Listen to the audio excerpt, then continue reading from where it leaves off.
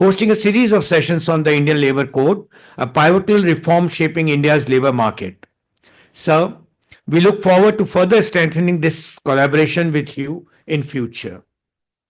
I welcome and sincerely thank Mr. Srinivas Bhusarapu, former Chief Information Security Officer, Pension Fund Regulatory and Development Authority, PFRDA, for making the effort of coming from Hyderabad to address us today.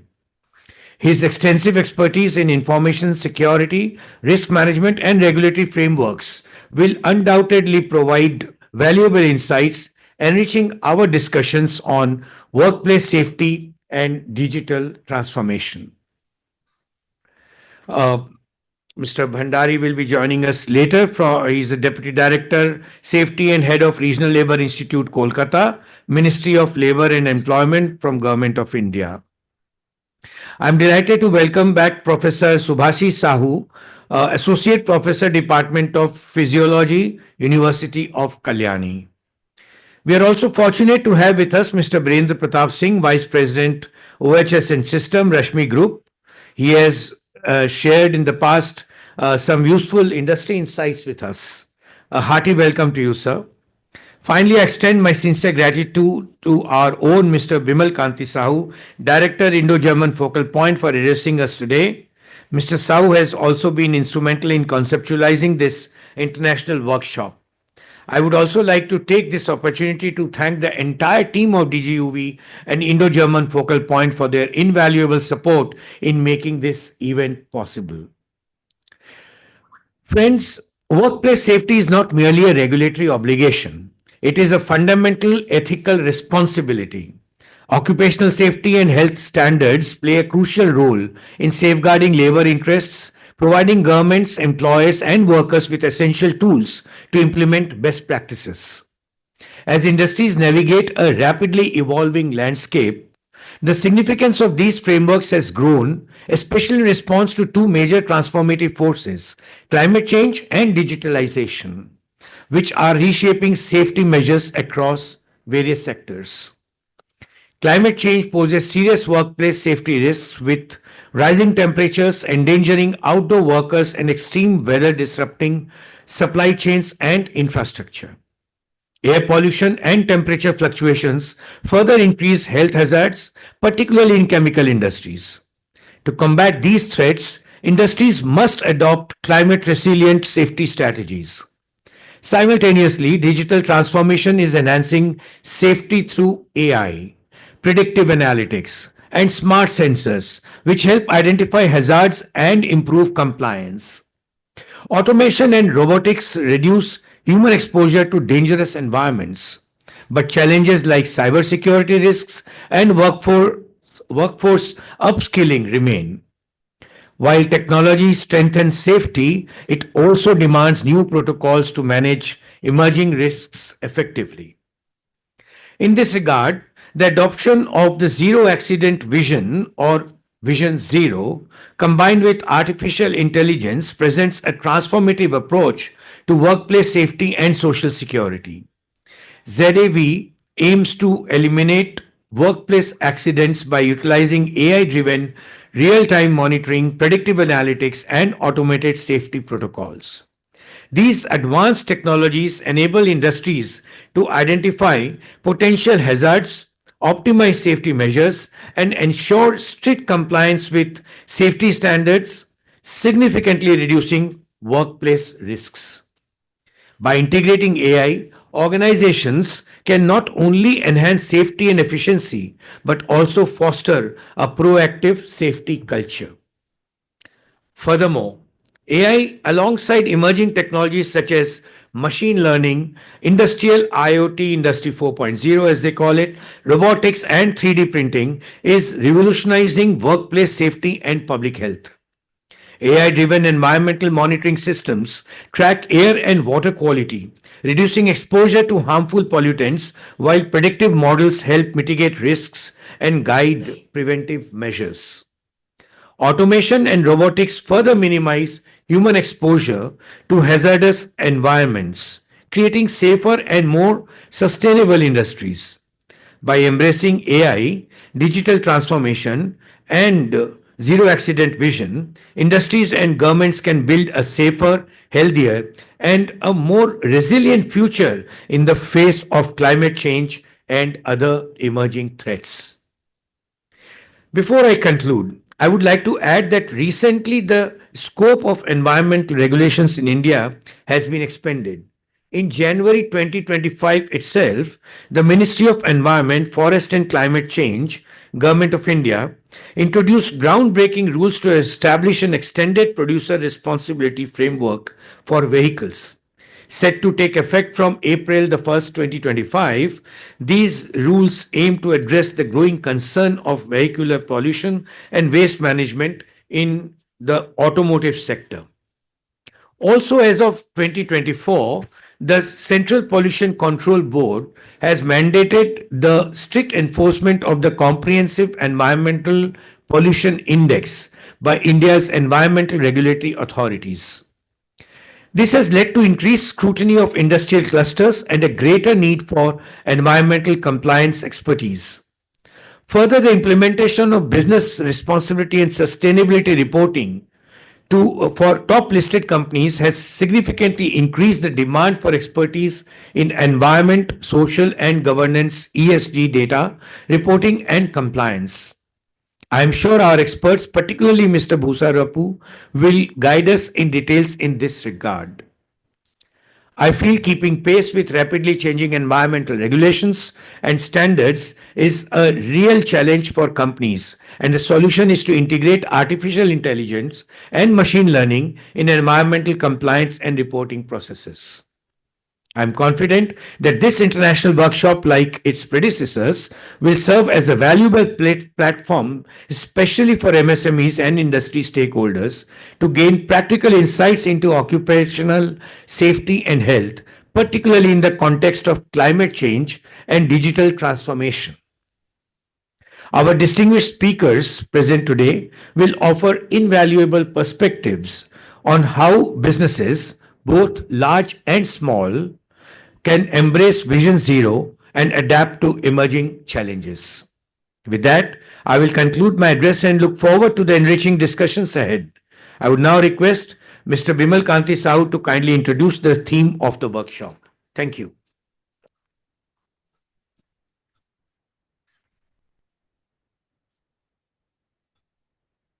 Thank you, Mr. Naresh Paricha, Senior Vice President, Bharat Chamber. Am I audible? No problem. Firstly, namaskar, and very nice already. I think I'm very happy to find that in his introductory address, he has already given an introductory presentation about the things so nicely. I must congratulate Naresh about this. In partnership with you, so much of work that is being done, I think the Chamber Secretariat also has become graduate in Excellent. Zero. That is what we are, teamwork. So let me have the privilege also on behalf of our German partners with Professor Neutel watching me always. That's why I have to be very clear at 12 o'clock you will take on, otherwise you will say that.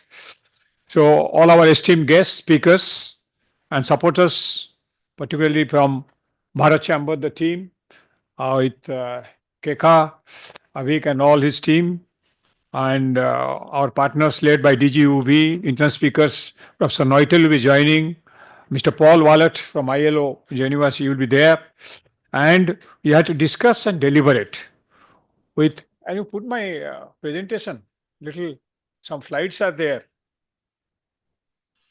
Srinivas, I've given it. No, I've already given that particular slide. Just put it.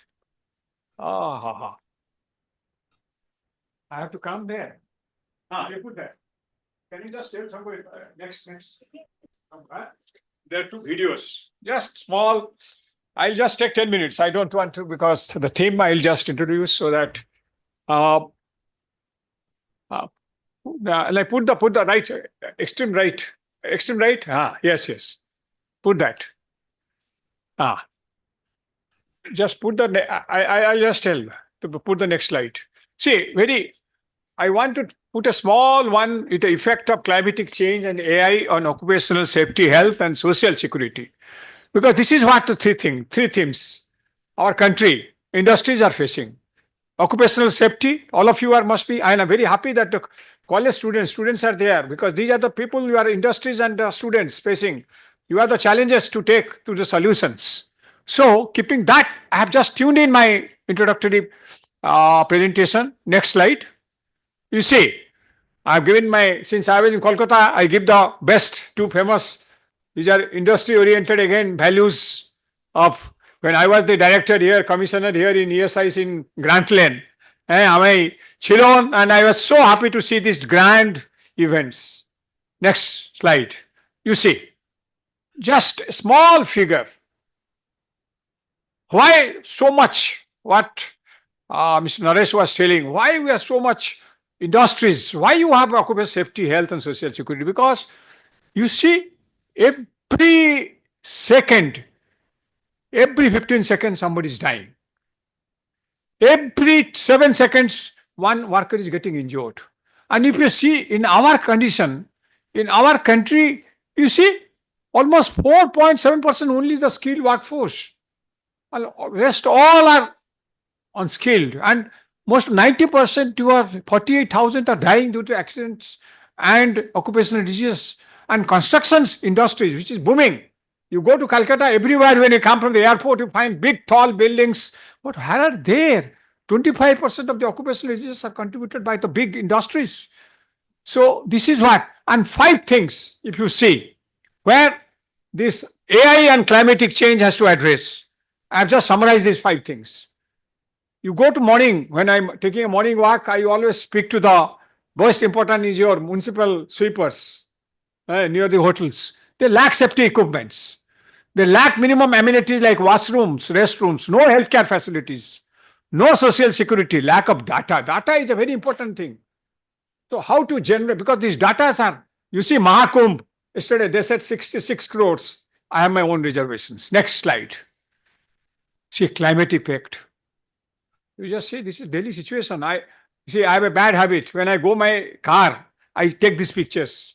These are real time, no Shahrukh Khan picture. You just see 1,600 lightning deaths in Odisha in last 5 years. A huge climatic effect. And the Bhubaneswar Municipal Corporation, last week I was in Surat Municipal Corporation. You see, they are now putting up these sets on the traffic lights because so much heat. So how to do this? This is one of the effect of lightning and heat strokes are coming. So next slide. You see the climatic effect of the weather. You see winter is summer, summer is rain. These are the things. And extreme weather is claiming 1,332 lives in Odisha over last 5 years. If you see the right side of the picture, we are pioneering now. That's why to the students, read about safety, health, to disaster management, to pandemic management after COVID-19 and safety. We are taking up with the students, University Grant Commission, NCRT. Please take industries. Now the time is industries and students should come together. Today, just now, over a cup of tea, Mr. Naresh was asking how I'll convince these industries. You bring industries and students together. And Bharat Chamber is the right place which you can initiate the courses, diplomas through. I'm very happy they are going to establish the Center of Excellence. You have a huge opportunity, not to save their life. Commercially, also profitably, also you can increase. Next slide. You see, now 3,200 deaths in 2000 extreme weather. This is what? And you just see 80,000 lives are lost. India is 6th worst hit by extreme weather events in last 30 years. You see, Rajasthan is changing with heavy rain. What else you require a climatic change proof? And you see, my Odisha is now having extreme temperatures and earthquakes. You ever heard it?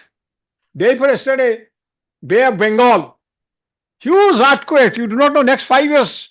So that is why the importance of today's with my friend Mr. Sri and Professor Subhasis and all those, they will speak. This is where we have to get in next. Climatic change behind extreme weather. And you see the right side. Now the government is taking up the lessons from 99, huge cyclone. That's why you have disaster management now in the schools and college curriculums. You have to have, and I think chambers can take these courses to those industries by bringing industries and the schools together. Next, what are the climatic change? Two factors, I always take it. The prolonged summer due to climatic change as seen now in India has badly affected common life, particularly manual workers due to sunstroke in one example. It is the perspective what changes should be brought about in safety and health. And the second question is that while we are confronted with rising industrial accidents and recent few blast cases, you see a lot of blast cases is coming up industries and fear of displacement of man by machine. I was just talking. The all trade unions I was interacting in Delhi, they're all afraid whether AI will change the workforce. I said nothing doing. When Rajiv Gandhi introduced computer, people are afraid. How many works have been displaced? Nothing. This is our how to change the attitude. This is with your chamber. This is my last chamber leading innovative proposal. I would request Bharat Chamber if you can host, particularly on effect of climatic change and use of AI on safety, health, social security, so that bring together government ministries, departments, corporate, trade unions, activists, and particularly schools and colleges. Theme should be paradigm shift in OSSSS with focus on vision zero climatic change. And you see, 5% of the GDP which you are losing. Can you imagine how much is the billions of rupees we can save to this? Next slide. This is what I have felt. 5 challenges, 6 issues: rising workplaces, commuting accident, loss of life, property, productivity, displacement, distress migration, psychological, mental, physical disorder, community unrest are coming up. What are the solutions? Every problem, we can't just sit down. There are solutions. I am optimistic. That is why we are here. Build awareness capacity building programs. You build shelters, waiting space, 45 lightning floods, trauma centers in the best national highways and all. Bring up the trauma centers.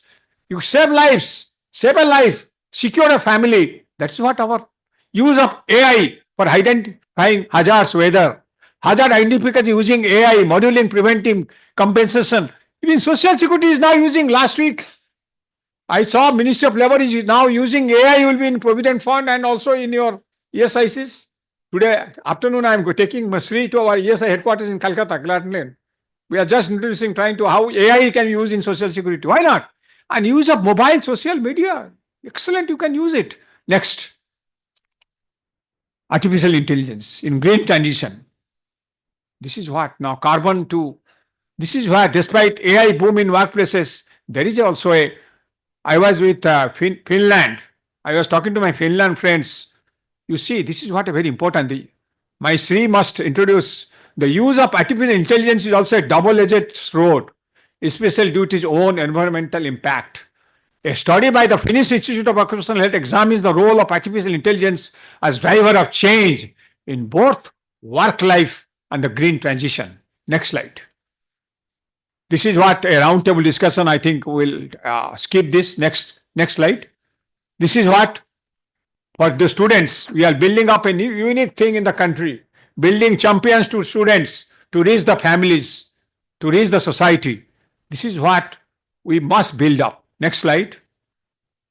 This is what with Professor Noitel and we are there last year in Karnataka Labour Institute. We are bringing out definitely AI climatic change in the southern countries and why not start in eastern with the Kolkata. This is what. Next slide. Must. Video ta play koron to. Kindly play this video. You see the how AI has affected. Play this video. I can give you one personal example. Just not too long ago, one of my senior finance persons in Dubai, which handles our Africa headquarters, got a call in my voice, my tone, directing for a money transfer, a fairly large amount of money. Just see. And he was sensible. He immediately all who's up industries call anybody in my company to make that kind of a deal. But when I heard that, voice recording, I was quite stunned. It was perfectly articulated as I would speak. And anybody who would have not been vigilant may have done something about it. That's incredible. And so you will have now. Did you track down where it came from? Was it No, possible to do I that? mean, we put our complaints and all to the police and all that, but I'm sure this is now a daily routine. One will have to be vigilant. Tomorrow you will see not just a voice, you will probably see your digital signatures, you'll see your face on our Zoom call. All these things will have to be protected. I mean, we'll have to protect our societies from the evils of AI. And yet we have to use the goodness of AI because those companies, nations that will not adopt AI will be left behind. So this is a conundrum for every time you get a new technology into place. There are pluses and minuses. I remain very optimistic about the benefit of AI that the human race will achieve and be able to do jobs which are otherwise very difficult. Thank you. Next slide. I can give you one personal example. Just this is, I think, skip it. I'll have a small last slide. This is what down the memory lane. I was Bengal. You have an excellent Bengal Global Summit where online I made a small presentation also. And this is what Bharat Chamber is doing a good job in taking up Vision Zero. Next slide. This is about us. I think you know, I have given my brochure. I think it will be circulated to all of you and a questionnaire is there. Kindly fill up that questionnaire. I request Avik, my office has sent it. Please, next slide. Then I'll conclude. Next slide. This is the attitude. Everything is possible. You go, attitude is a fine. It is 100. Put it again. It will come. You just see A is 1. Put it again. It is 100%. So it is attitude which will make you the perfect. Change your attitude, you will have everything. Everything is possible. Next slide. It is our attitude towards life and work that makes our life 100%. So please change the attitude, use it for good. A bit of AI for adoption of zero accident vision with positive attitude. Next slide. Last. This is what the fourth industrial revolution, now fifth is coming with AI. That's all. Last slide. A video. Put the video that ends. This is famous COVID-19 video which I captured in Agra. Put it that video and we conclude. পথের ক্লান্তি ভুলে স্নেহ ভরা কোলে তব মাগো বলো কবে শীতল হব Very careful. I was involved in this. আর কত দূর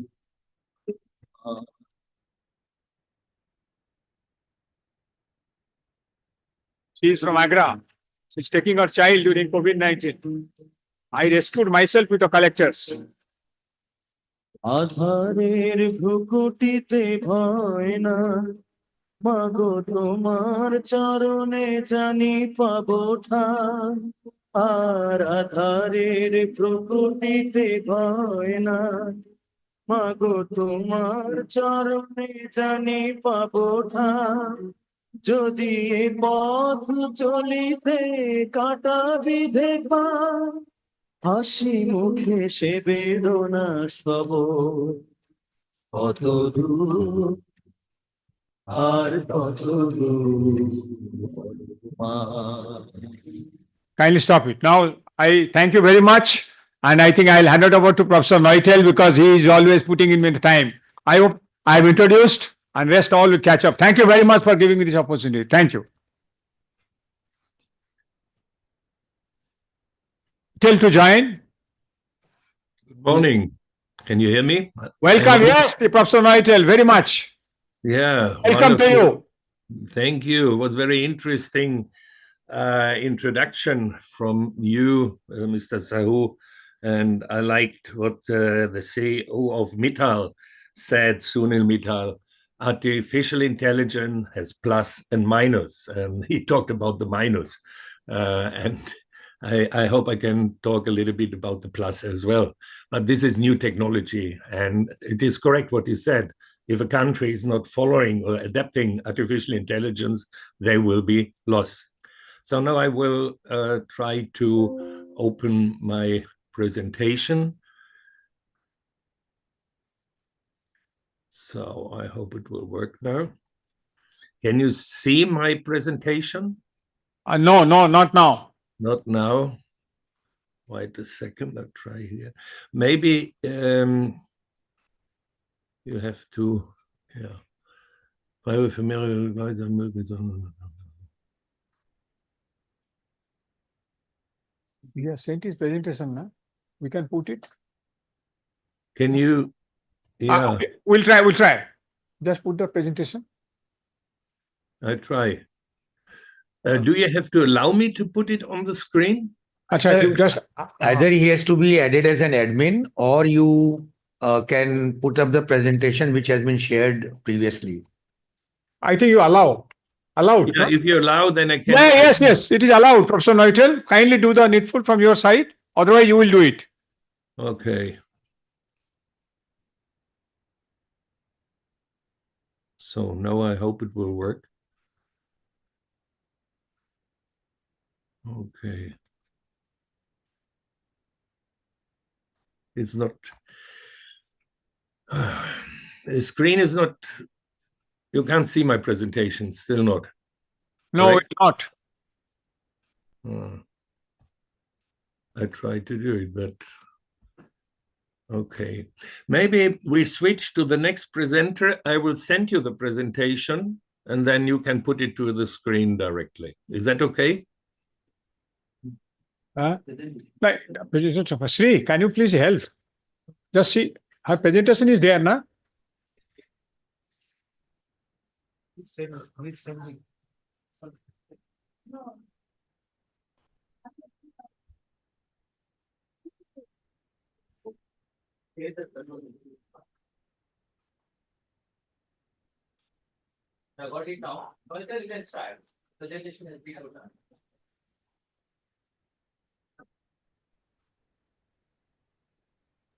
I'm happy to jump in if that's Yes, helpful. thank you. I will send it. Okay. Professor Wallet. No. I think we'll allow Professor Wallet now to do it. Then you come afterwards. You send your presentation, no? Yeah.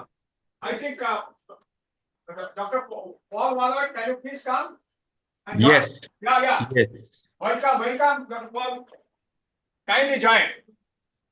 He's from ILO Geneva, he's joining. Okay. Is that now displayed in full screen for you? Yes, we are seeing you. Yes. Great. And also you see the presentation? Yes. Perfect. Okay. Well, Welcome, Dr. Paul Wallet. thank you so much. Yeah, thank you for the kind invitation and the introduction. Yeah, my name is Paul Wallet. I'm working for the International Labour Organization, and in particular for the Occupational Safety and Health in the Environment branch in Geneva at the headquarters of the ILO. And today I'm here to share a very timely topic. While discussions on heat and climate change are not new per se, many ask how these discussions relate to workers and safety and health, and why we are talking about this now, and what are the best practices that exist globally. Hence the presentation, Climate Change and Occupational Safety and Health, an International Perspective. The ILO and the OSHI branch has prepared two reports in this regard. One more with a general approach on climate change and occupational safety and health, as well as one specifically on heat and heat stress. Both are available online, and I would invite you to have a look at them if you are interested in the subject and want to get more details. I'm not going to read the slides, all of them. I think they will be shared with you also afterwards, once again, in case you're interested. But as occupational safety and health professionals, we need to understand the relationship between climate change and OSH, and more importantly, propose policy solutions and workplace strategies that actually work. And our role as the ILO, as an international organization, is to evaluate those strategies and policies, what is effective across regions, and share the best practice globally. And in 2023, 2024, as many of you probably know, has been among the hottest years recorded. And many regions that haven't previously experienced high temperatures are now facing extreme heat that they are not equipped to handle. Discussions often evolve around air conditioning and cooling solutions, but we think at the ILO that sustainability is really key here, and we must balance solutions that are environmentally and human-friendly while leveraging technology for sustainable outcomes.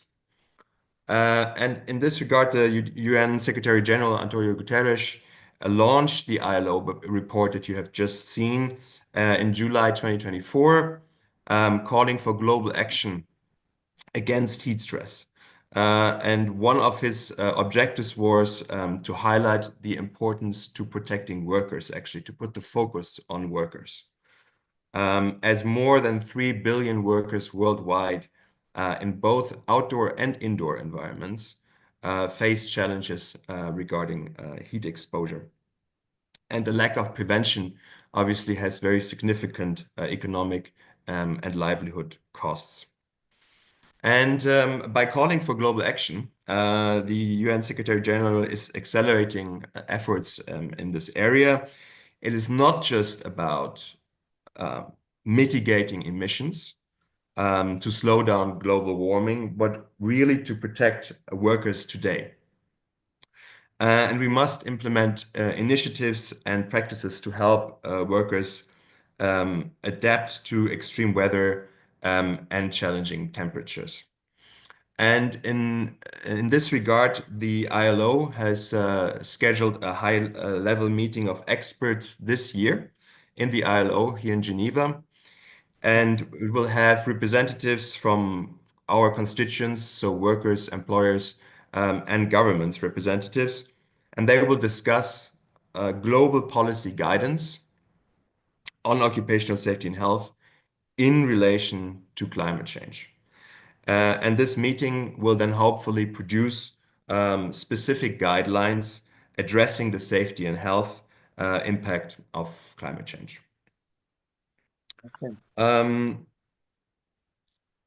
Let me also really highlight that the impact of OSH and climate change on OSH in the world of work is uneven. So climate change affects all of us, but some more than others.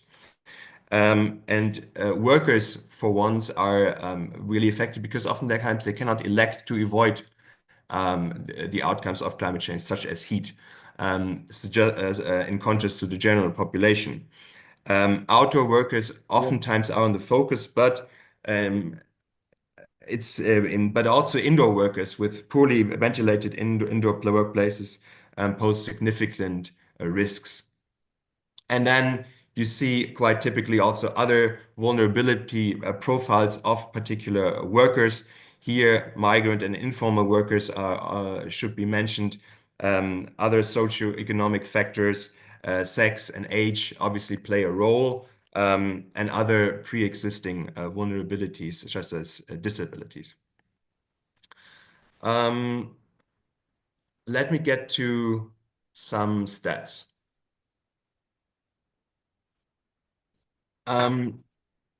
So here is really a good overview of all the dimensions that climate change has on occupational safety and health. But over 2.4 billion workers are exposed to excessive heat at work, leading to over 19,000 deaths annually. And those numbers are most likely underestimations due to limited data that we are having. Additionally, over 22 million non-fatal injuries occur due to heat stress, and more than 2 million disability-adjusted life years are lost annually. Beyond heat, let's have a look at the other dimensions, which are, first of all, solar UV radiation is increasing and is affecting 1.6 billion workers, leading to thousands of cases of non-melanoma skin cancer. Then we have vector-borne diseases such as Lyme disease, malaria, and so forth. And there we have the problem that climate change and changing weather patterns are changing the breeding grounds of certain insects, and which oftentimes then lead also or requires the increased use of pesticides, which once again has further increases health risks. There's also air pollution, obviously, which is exacerbated by heat and UV radiation, which impacts workers. Many face exposure to both internal and external pollutants, contributing to respiratory diseases. And lastly, there is extreme weather events such as wildfires, hurricanes, droughts, and so forth, which impacts workers across sectors. This obviously has a huge impact on the general population, but there are also certain sectors and workers that are affected by that. Firefighters, emergency responders that face high exposure to toxic fumes due to those events. As my time is a bit limited, I will not go into the details of the health effects of all of them, but stay a little bit with heat stress. You see it there also at here actually on that slide. It is quite a range of effects that excessive heat has on the occupational safety and health of workers. It ranges from short-term health effects like fainting and dehydration to more severe conditions like chronic kidney diseases. And this non-traditional type of kidney diseases is increasingly linked to working long hours in extreme heat and is affecting already over 26 million people worldwide, and is often labeled as the first epidemic related to climate change. There is also an interesting link between heat stress and mental health effects that I want to just mention here briefly because it's oftentimes overlooked. You can imagine well that poor sleep due to heat stress or heat in general increases the risk of workplace accidents quite dramatically. And seasonal workers, for example, in extreme heat condition often face more financial insecurity, leading to heightened stress and mental and negative mental health outcomes.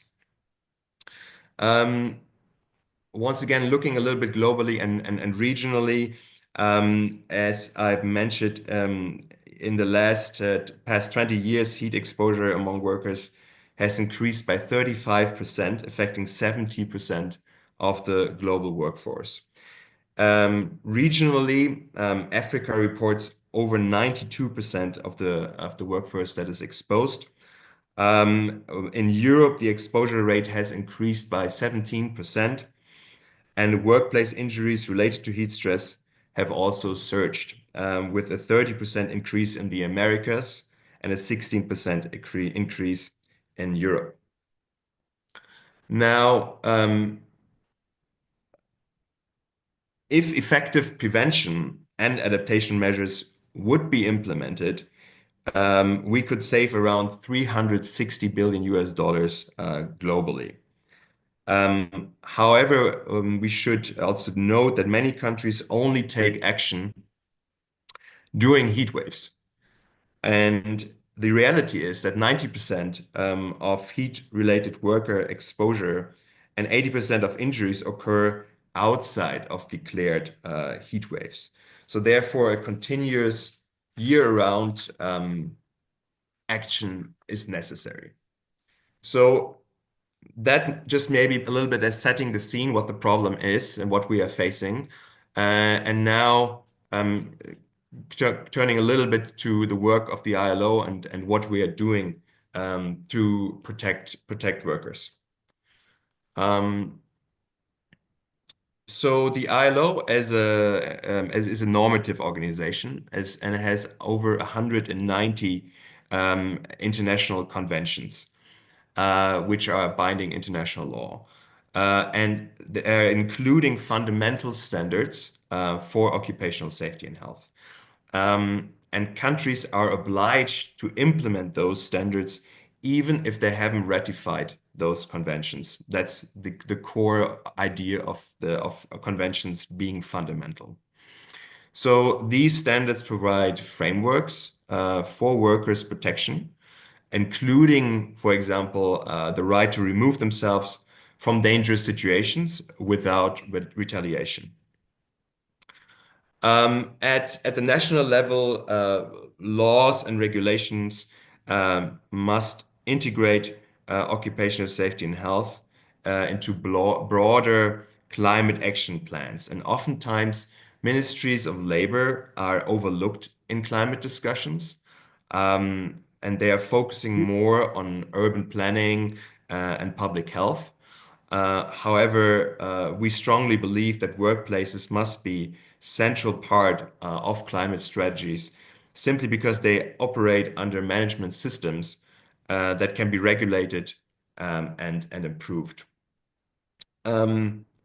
Here on that slide, you just have a little bit of an overview of the existing standards and code of practices related to climate change and safety and health at work. So you see there's quite a rich body of standards that we can already draw from today. This slide here is just a little bit seeing example of responses that obviously have to be, for such a complex challenge, quite multifaceted to be effective, ranging from national policy strategies to laws, regulations, collective agreements, technical guidelines, but also training programs, awareness raising initiatives, and workplace prevention and mitigation measures. So once again, taking the example, those are valid for all the dimensions of climate change and OSH that I've just briefly outlined. But once again, focusing for a second on heat stress, and here countries, and here you see a little bit of a analysis of 21 countries and what they have done in this space to address the issue. And countries typically need regulations on maximum working temperatures. There is a need for occupational disease recognition. And most fundamentally, there is a need for risk assessment. And as well, then you see on company level, proper hydration, rest breaks, acclimatization programs so that new workers can get used to heat need to be enforced, and employers must assess how personal protective equipment impacts heat stress and ensure effective workplace cooling solutions. And some countries have, for example, let's say regulations on stopping work during peak hours. But this comes also with challenges, and the devil is in the detail. You have to look very careful because obviously workers may lose income. Shifting work hours to the night affects work-life balance of workers. So solutions need to always consider those trade-offs and need to ensure overall fair working conditions.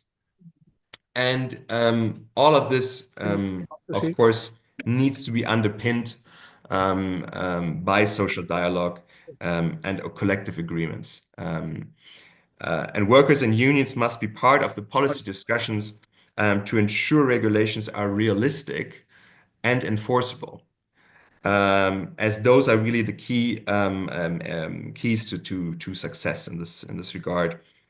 And countries worldwide are adopting various heat protection policies, but more comprehensive global guidance is needed. And for that reason, also, we will have this meeting of experts later this year in the ILO. Here, I think I'm running out of time, but just having some examples of countries who have addressed heat stress that you may want to have a look if you're interested, which brings me then to key takeaways.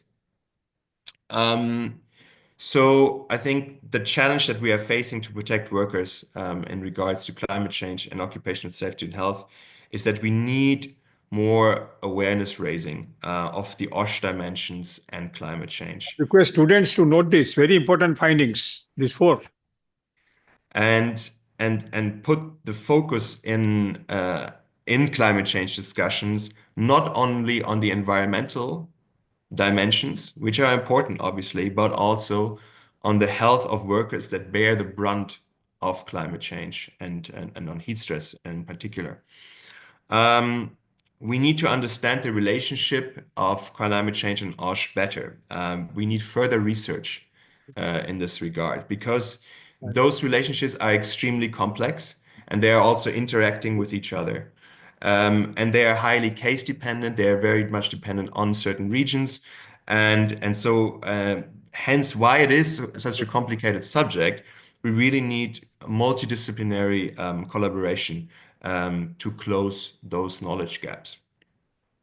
And finally, we need to implement effective national policies around the world, grounded in social dialogue that is enforceable also on the enterprise level and tailored to the needs of sectors, but also most importantly tailored to the needs of the most vulnerable workers.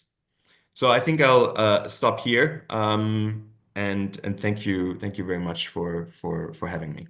Mr. Paul Wallet, thank you very much. And with the two things, you are on leave, but you are still came back yesterday and joined. So special thanks to you from Bharat Chamber, from our German partners. And secondly, I will request your permission to share your presentation with all also.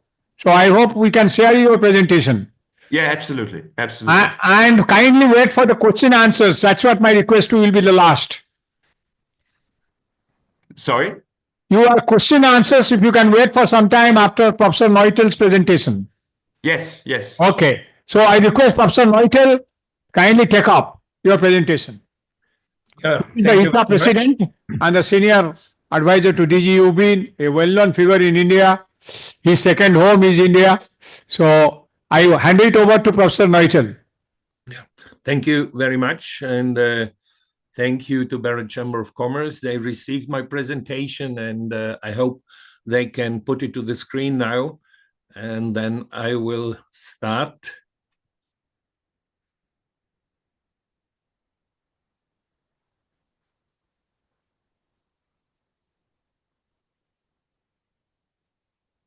They had it already on the screen while Mr. Wallet gave his presentation. So, yeah. Can you? Oh.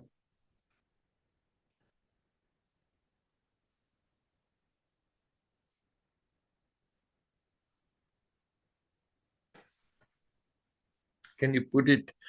Yeah. Okay. Perfect. Yeah. So thank you very much for inviting me, and also thank you to the two presentations I heard already, very interesting. So I will talk about wait. It was so nice to see my presentation.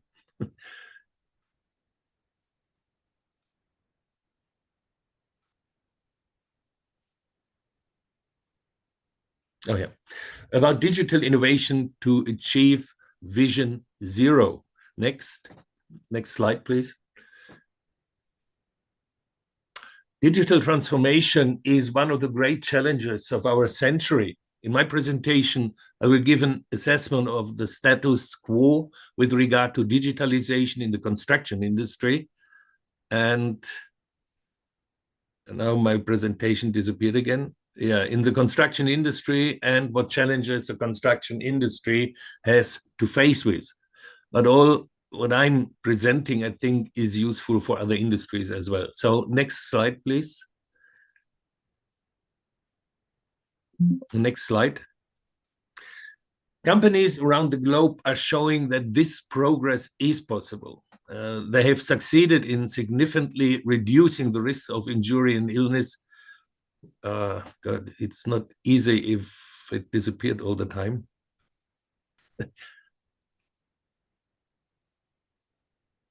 Okay. They have succeeded in significantly reducing the risk of injury. Oh, now it's much better. And illness with the help of digital innovations and the Vision Zero strategy. Robots, drones, and artificial intelligence, for example, are increasingly taking on dangerous work and improvements of processes. This digitalization is a process of employing digital technology and data to transform and improve occupational safety and health at workplace. Next slide.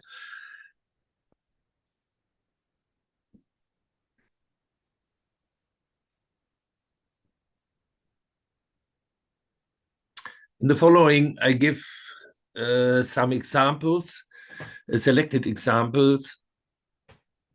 It's not easy.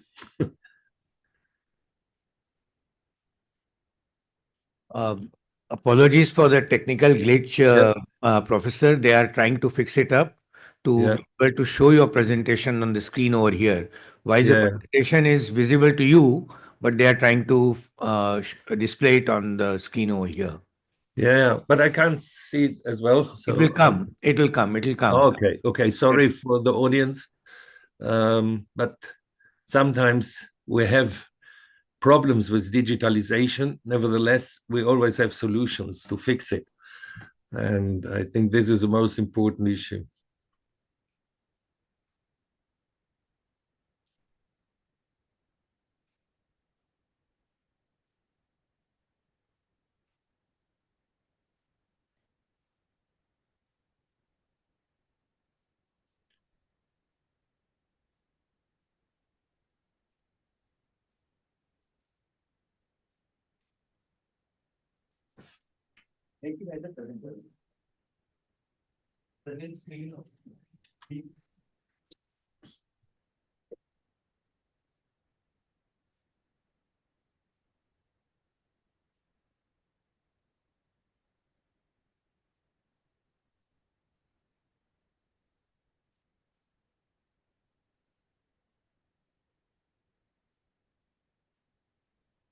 Yes, it has come. Yeah. Okay, thank you. Before Corona, digitalization was less important for the construction companies than for other sectors of the economy. The good economic situation in the construction industry before Corona had pushed the necessary adjustment steps into the background. Through and after Corona, the course has been set to better sensitize the construction industry to the potential of digitalization. There to make more progress is something you hear more and more often. Next slide. Yeah, these are our tools nowadays: laptop, iPad, and smartphone. Every one of us is using it. Next slide. And also in the construction industry, we are using it all the time. And next slide. If you look to airplane, yes, we are used to it, that we have these digitalization. 2 persons are ruling the plane, sometimes 3 persons. And if we look to the excavator, the operator of an excavator, more and more digitalization is coming to his cabin. But we have to be careful. First of all, it's only 1 person. Second, he has to do a lot of work with his excavator, and they are complaining. We have too much digitalization put into my cabin, and we can't concentrate too much to my real work. So it's beeping and warning and so on. So we should not forget the persons using digitalization. Next slide, please.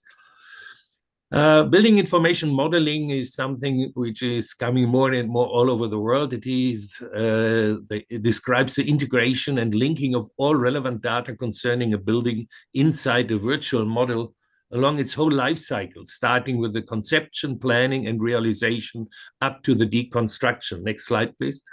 And it is used more and more, as I said, and we, for example, develop a use case for fall protection. On the left-hand side, you see the digital version. When you work with a building information modeling, you see where fall protection is necessary. Right-hand side, you see the implementation on the construction site. So it's very helpful because the system is warning you need on these areas or these fall protection. Next slide. And we have to know that fatal injuries in construction due to falls make up around 40% as an average of all fatal injuries in our world on construction sites. Next slide. And one solution to reduce falls is also the use of aerial drones. Next slide.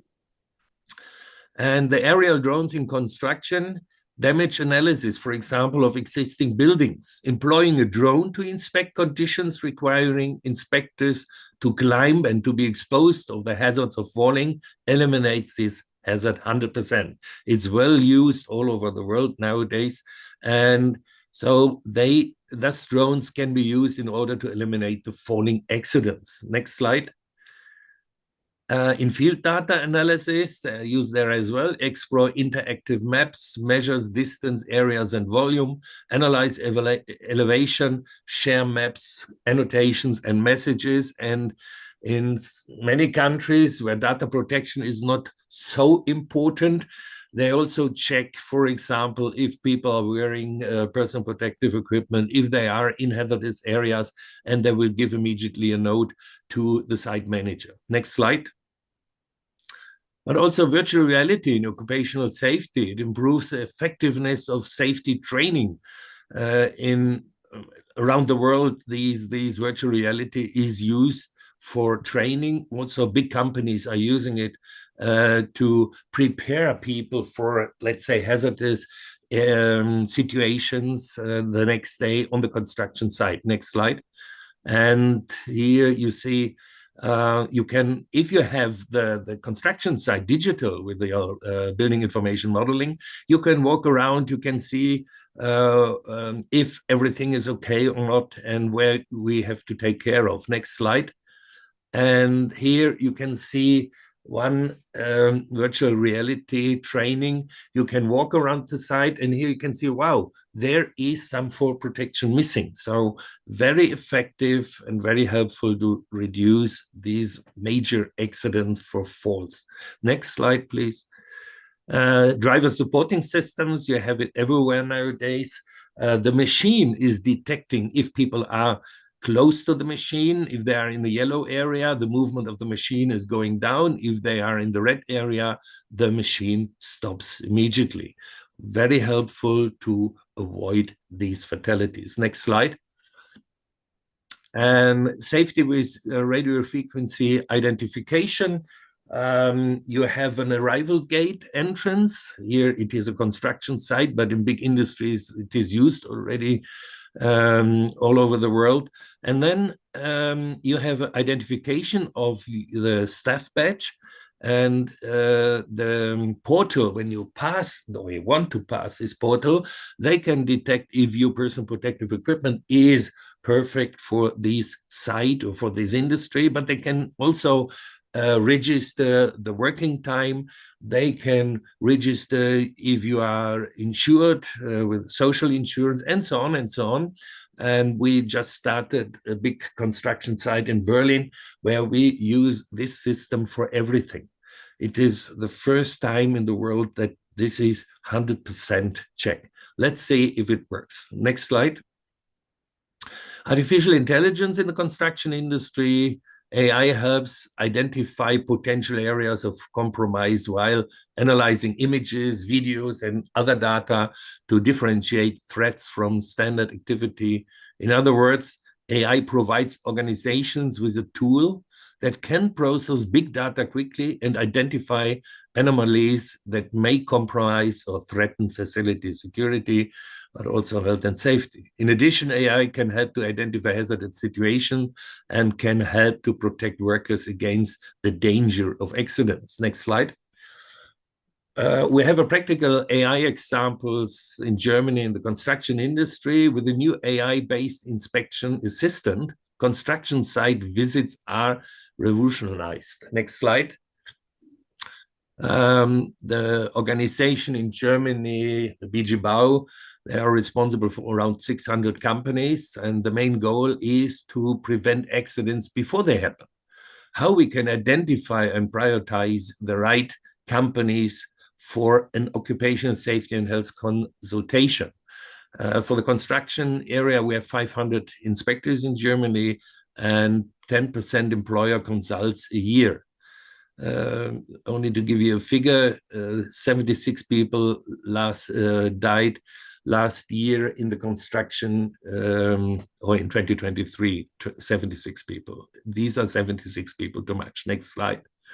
And we have millions of data in our system, and we use AI to predict which companies will have a high guidance need when visited and are able to prioritize accordingly. So our database is, let's say, master data is about the company's owner and how many employees. Then we have all the accident data, 100%. We have the data when site inspections happen, what are the results of the site inspections, and did they participate in seminars, in trainings, and all this is the basis for our AI model. And then the AI model said we need consultancy because we have, for example, a high risk in this company that an accident happened. Next slide. And it is integrated in the inspector's daily prevention work. What were the responses of the inspectors? I have an overview of all companies. The trend enables me to identify changes within the company and respond promptly. Through my feedback, the AI continues to learn. It is interactive. So the AI gives the inspector some information about the company, saying it is maybe an accident will happen, they need consultancy. And after going there, they give response to the AI. So the AI is learning. In the beginning, they were not so much in favor because they thought the AI will rule me. But next slide. It was really positive. The AI solution has shown huge upsides since its development in December 2023. So we more than 65% the inspectors visited small and medium-sized companies, which are very difficult to find, let's say, in the constructions. The savings were 250 million euro already in the first year. So the inspectors, next slide, the inspectors are very happy that AI is helping them. They are not forcing them to do anything. They said, we recommend, or I recommend as an AI to go there. Then we have use of robots in the construction industry in Japan. They are number one in the world using it. You know, if you have to move a ton of trolley for bringing material to the workplace, you need sometimes 6 persons. They have robots doing it in the night. As the construction site is digital, they know how much material has to come to the first, second floor for the next day. So the robots are doing the work digitally ruled all over the night. And in the morning, everything is in place. And so the workers can work manually with this. They can do ceilings already, these robots in the night. They can do a lot of other works, and it is improving quite quickly. Next slide. And this is the next step. The robots looking like humans. Alamy is one of the leading ones. And the next slide is showing you the last, next slide. This is a new robot developed by Elon Musk. It's the latest model, safe learning and able to change former decisions. So he has a kind of consciousness already. And next slide. Use of digitalization and artificial intelligence is changing our working life quickly. And it will be a challenge to direct it into the right directions. This is what the CEO, Sudhir Mittal, said. We have plus and minus, and we have to take care of the minus. The plus are there, and without artificial intelligence, we will lose markets and we will not be with those leading countries in the world. But we have to take care of the minus, and especially our legislation has to take care of it. We have a new law in Europe now about using of artificial intelligence and digitalizations, but we have to be quick because the development of artificial intelligence is so quick that sometimes the laws are not following the development. Thank you very much. Next slide. And next slide. Yeah, thank you. And if you have any questions, I will be with you the next 15 minutes and maybe together with Mr. Wallet. Thank you, Professor Neutel, so much. Now we'll have, because since both of them are waiting, will I request any questions from Professor Neutel and also for Mr. Paul from ILO? Any questions? So that, yes, please give your name, your so that they can answer your questions. Where do I direct my question to? Yes. Okay, so I'm Debangana Bose. I'm from Heritage Law College. In the presentation, it was mentioned clearly that Elon Musk has developed a robot which has its own, to quote his verbatim, able to change or form its own decisions. Now we see in the recent cases that we are being alarmed about AI that is overriding the commands of the developers themselves and they do not know how to deal with it. So if we are giving so much power to a tool to make and change decisions of its own, and he has also mentioned a lot of things like using, no, that's a separate question, sorry. And he's also mentioned a lot of technological advancements that AI is bringing to the industry. But shall we give so much power to an AI that he has the ability to overpower our own constructed structure with his own thinking? That is my question. I think I'll request Professor Neutel and Mr. Paul to reply these two questions Yeah. you brought it out. This is what I wanted to point out at the end. We as human beings has to be very careful that AI is not ruling us in the future. There are so many science fictions where you can see what happens if we are not careful. And therefore, you're totally right. If AI is able to make own decisions, then it is dangerous. I think this model I showed you is not as dangerous as you thought, but it is the first one. There will be new ones, and there we have to be very careful. We need these artificial intelligence, we need robots to help us, especially because of the demographic change in many, many developed countries. But you are totally right. We have to be very, very careful. Any response on this?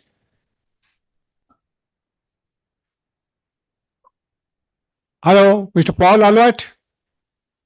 You're on mute. Acha. Thank you. I guess that was a question directed to Professor Neutel, but nothing to add from my side. Thank you. Okay, I just wanted to also give a Indian perspective to a reply. You see, if you have seen Mittal speaking, very direct answer. AI is a double, if I have seen my presentation, it is a double-edged weapon. Can't. Ultimately, we are human beings.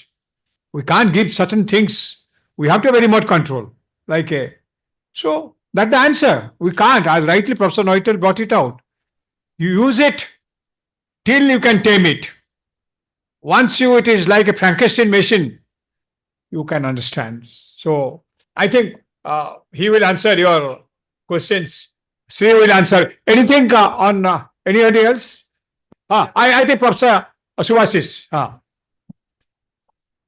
If you see the industrial evolution, like we come with industry 1.0, industry 2.0, 3.0. 4.0 is the mainly digitization, focus on digitization.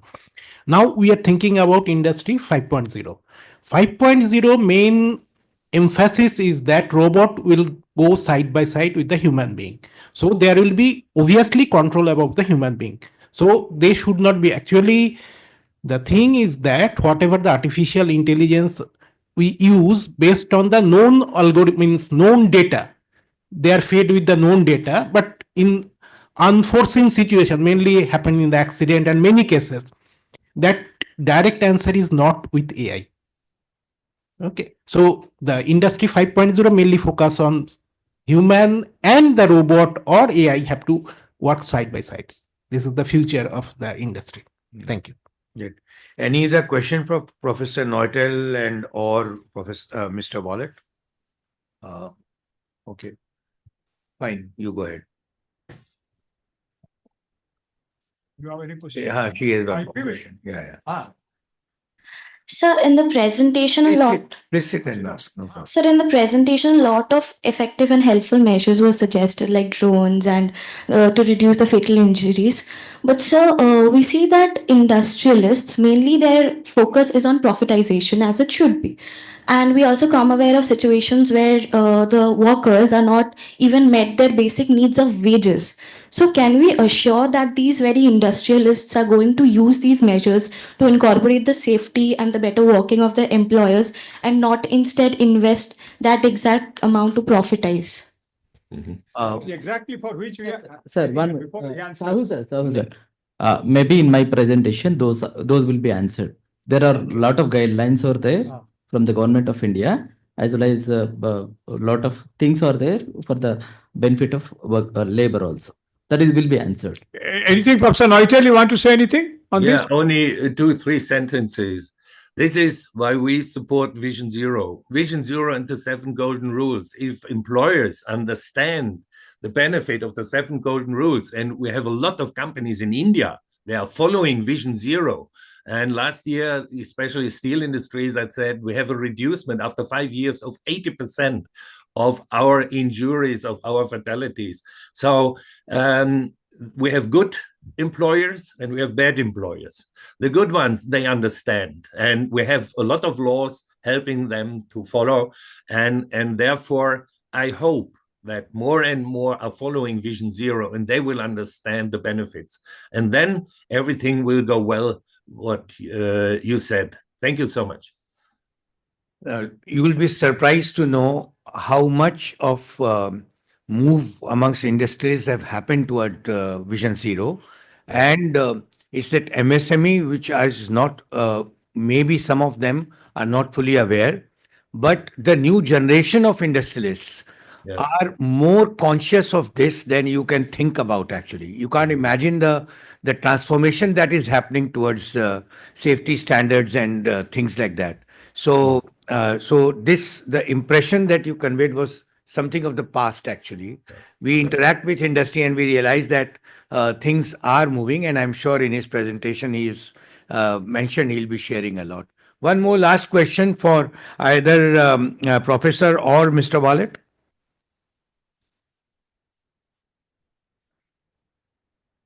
Anyway, so thank you very much, Professor Neutel and Mr. Wallet, who are so nice of you of getting. But before you close, I want to tell both of you are here and answer to all the questions. Now in India, I can say with my traveling to all the states now, everywhere, Vision Zero has come to stay. Industries are accepting it, and we are. I made a survey. 17%. I'm now telling with my interaction with the chief inspector of factories in the states, almost 17% of the reduction in accidents. You can give it the movement of Vision Zero in India. Thank you very much to all of our international guests. So nice of you on behalf of Bharat Chamber and all of the participants who are here. Thank you very much, Professor Neutel and Mr. Wallet. Thank you very much. Thank you very much for being part of it. Thank you. All the best. Now I request I hand over to my friend Mr. Sri. He's a very well-known IT expert. In fact, it is a generation gap, but we both worked together in IIDA. When I had opportunity to be called to IIDA after my tenure in Ministry of Labor.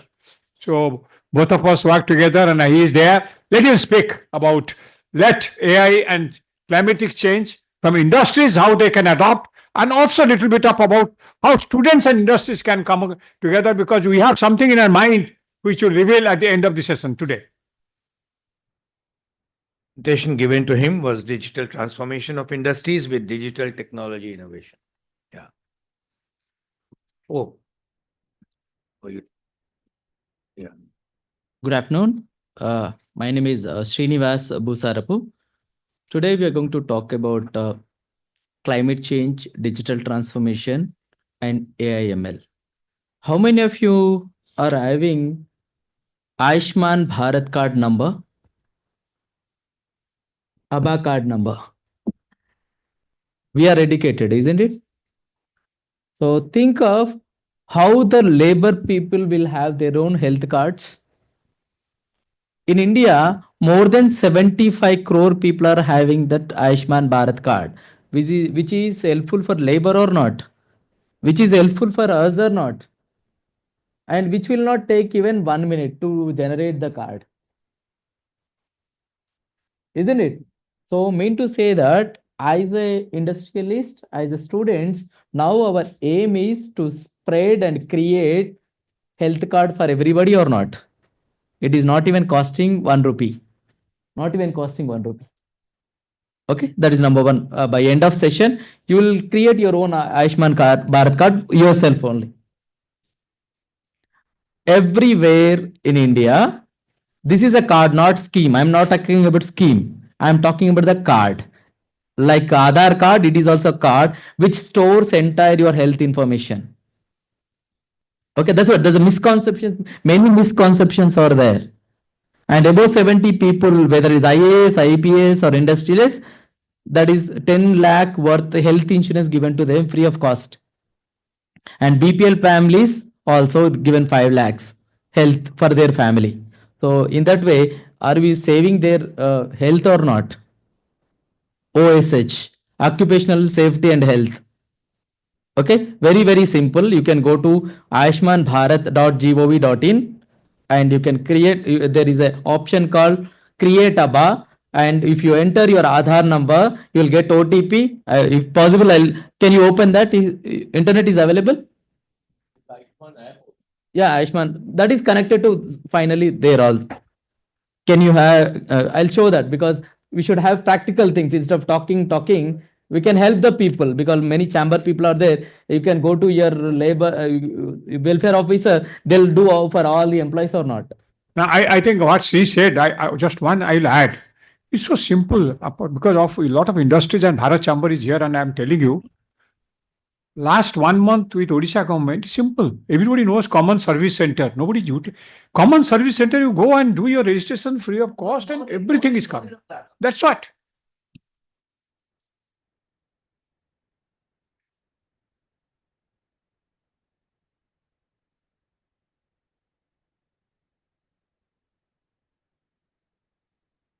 Paul Sri always is the next Sikh era of IT in India. Saw him in Singapore first.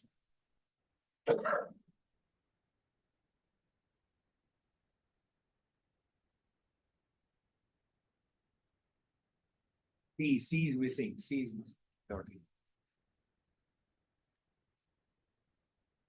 It's very, very simple one. You can see this one, no? abdm.gov.in. You can write it. abdm.gov.in. Okay. There one option is there, huh? Create your ABBA. Create ABBA. Just click on it. It will ask you your Aadhaar number or driving license. That's all. Create ABBA. Then it will ask you create ABBA number using Aadhaar. Then if you click on it, it will ask your Aadhaar number here and agree, then enter, then you will get OTP. Okay, once you got OTP, like UPI name, some name you can give, it will generate with your photograph, date of birth, and other things. Will it save health, give health or not? So first we should have to know lack of knowledge, nothing else here, just lack of knowledge. That way we can create health for laborers or not. Not only for us, every domestic, whether it's municipal or everywhere, if you create this one, we are creating their health. Because financial crisis or mental health, everything is coming because of these kind of health issues only. The domestic workers and newspaper who is putting in the morning. Okay, very simple. 3 steps, 1 minute, that's all. And it is going to help a lot of people. And it is applicable for everybody. Because if you want appointment from the doctors, visit any private hospital, government hospital is going to help you to store your health information. And some cyber security issues also there. That is also covers from you. No issues from this. Okay, that way we will understand, we'll do the things, then we'll help others. We can see now how many people are using till now. You can see the public dashboard. So in public dashboard, you are going to find how many are using. 75 crore people already created this one. Yeah, this is Indian dashboard only. Entire India is tracking. And you in your state also you can see that. In your state also you can see in the West Bengal how many are created till now. Because it will track how many diseases are there. Yeah. Out of 4.5 crores, how many are there? Excellent. Very nice knowledge sharing. So somewhere here you'll find your state also. Every state how many created also is going to see here. West Bengal 4, 6, 7. These many people already knows, but we do not know. Just a simple lack of knowledge, that's all. If you give this kind of gnan practically, it is going to help everybody. Simple. And we are going to save their 5 lakhs per annum. We are given that much contribution to them. Okay, got it clear? Very simple. No age restriction. Every citizen in India should have this one.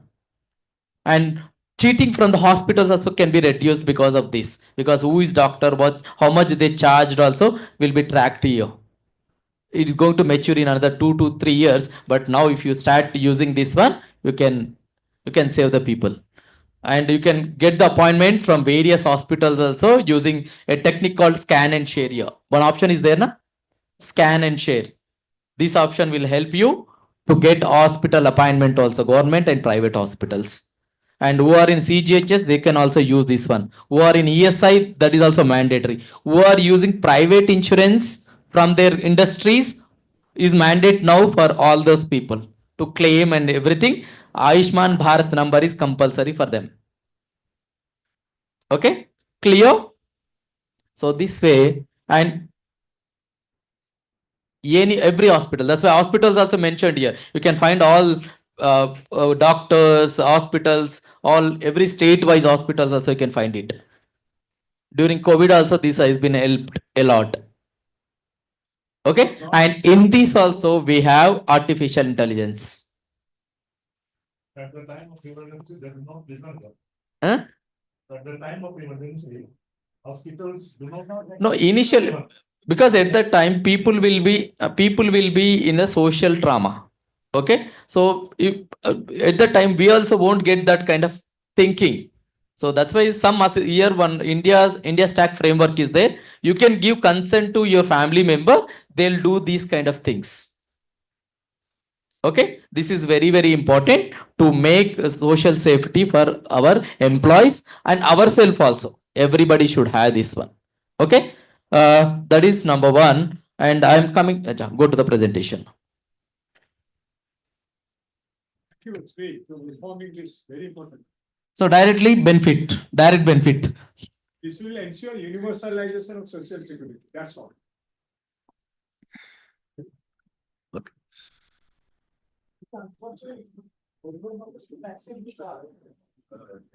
That's why now slowly adapting. Now if you start using it now. I think you understand now. West Bengal government shouldn't accept this card. That's a different thing. No, I am talking about, that's why I am talking about only card. Now started, if you create yourself, then people now started using it. Yeah. There only, I think so. There only.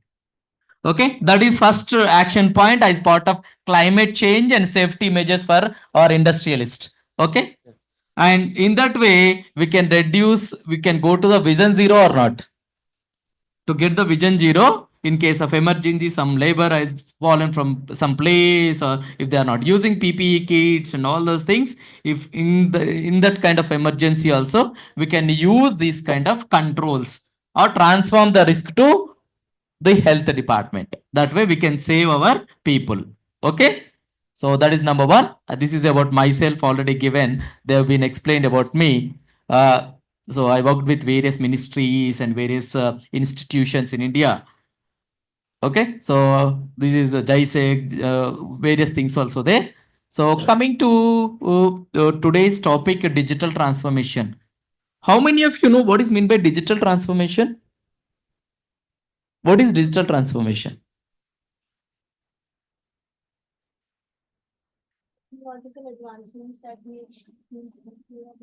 Okay. Next, anybody else? Okay, excellent. Okay, that's what now we are going to discuss. So our aim is to understanding emerging technology, emerging digital transformation, technical skills for effective occupational safety and climate change. In that, first and foremost thing is digital. In digital transformation, system of intelligence is very important. In that, empower your employees first in various aspects like safety, like health, like technology, etc. Empowering our employees, which will gives me ROI or not. If they are productive enough, we can do the things. Okay. Then engage your all stakeholders and customers, isn't it? So I'm having supply chain in one direction, supply chain in other direction, manufacturing, all the things I am doing. Everywhere I required some kind of engagement with them, whether it is digital technologies, whether it's process or culture or any kind of thing. Isn't it? So that's why we are going to do. And next one is optimize your operations. A lot of repetitive jobs also there. Isn't it? Many places we have a lot of repetitive jobs. So how we are going to make that lean and reduce the risk and transform your day-to-day products into innovative way. So that way we are going to see lot of new things like this. This is what digital transformation. So digital transformation is nothing but not only technologies. So is a process of using digital technologies, whether it's generative AI, chat GPT, copilot, whatever it is, doesn't matter, IoT, blockchain, any technology, you can use it to create a new product. Like now we have seen health, National Health Authority created ABA card. Aadhaar created its own card. And National Stock Exchange created their own new thing like ESG. You can write the word ESG. How many of you know ESG? Environment, social and governance. As part of SEBI listed companies, they mention how many labors you have, male, female, what is the safety of it, what kind of health you are taken. Everything is covered there in ESG, environment and social government, as part of climatic change. And green financing also given based on that. Some scoring also given to industries. If you are using ESG or BRSR, you can write another word, BRSR. Ministry of Corporate Affairs has given guidelines to all the companies. You should have to comply with BRSR. In that also, occupational safety has been mentioned very clearly. What is the welfare measures you are taking for your employees? And what are the governance policies you are taking as an industry? That also clearly mentioned over there. So that's why take any digital technologies to create new one or modify your existing business. I am doing some textile business. I am manufacturing some jute. I am manufacturing some food products. On top of it, what kind of technologies you can use to make a quality of it? Let us take, I am in food industry. I want to monitor how much electricity has been consumed. or I am exporting a product to other countries, how I can use Internet of the Things, IoT, IIoTs to monitor and control the temperature, what they specified for export quality.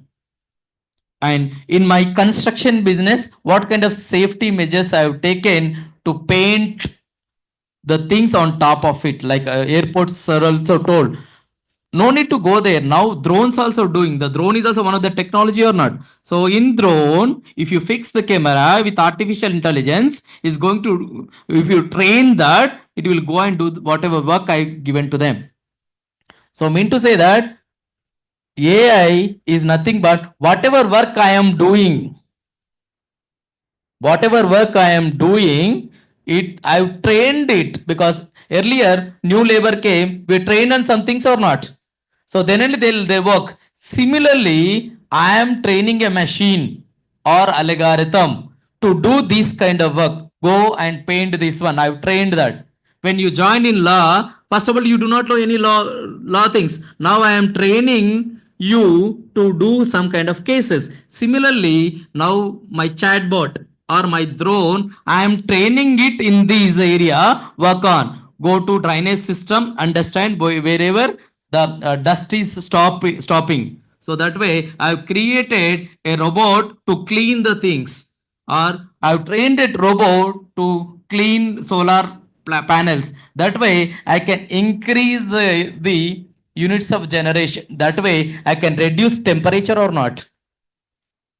So similar way, we are dumping lot of waste in different places or not. So how I can reuse that waste using various municipal solid waste management system, using artificial intelligence, SMS technology, blockchain technology, travel management of that. So can I do it or not?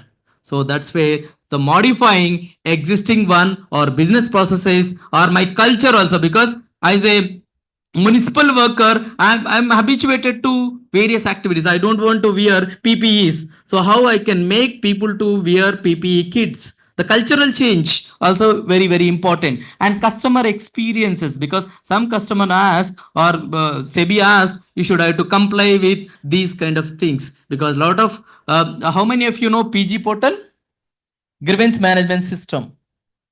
Because government of India and every state government also introduced grievance management system. So from that, we are taking the feedback and creating a new policies. So that is what customer experiences and changing the business environment based on the market requirements. So that's why ESG, BRSR is also playing vital role. So for that, I need to have a proper strategy for my organization. Let us take today, my organization is running with 1,000 crores. Okay, tomorrow I want to become 1,500 crores company. Okay, to become 1,500 crores company, what are the new things I can do? How I can reduce waste? How I can create more things, and where wastage is happening, where fatal accidents are happening. So like this, all things we are going to take into the consideration or not. So based on that, now I am using various technologies, ERPs, blockchain, what you call cyber security, ERPs, all things are doing. Let us take today only. If you look at the Times newspaper, one call center busted or not in garden research. Because a lot of CEOs and all the people will be there, so they are calling them and making them into social engineering. They are losing a lot of money from their companies. So that way, can we reduce risk or not?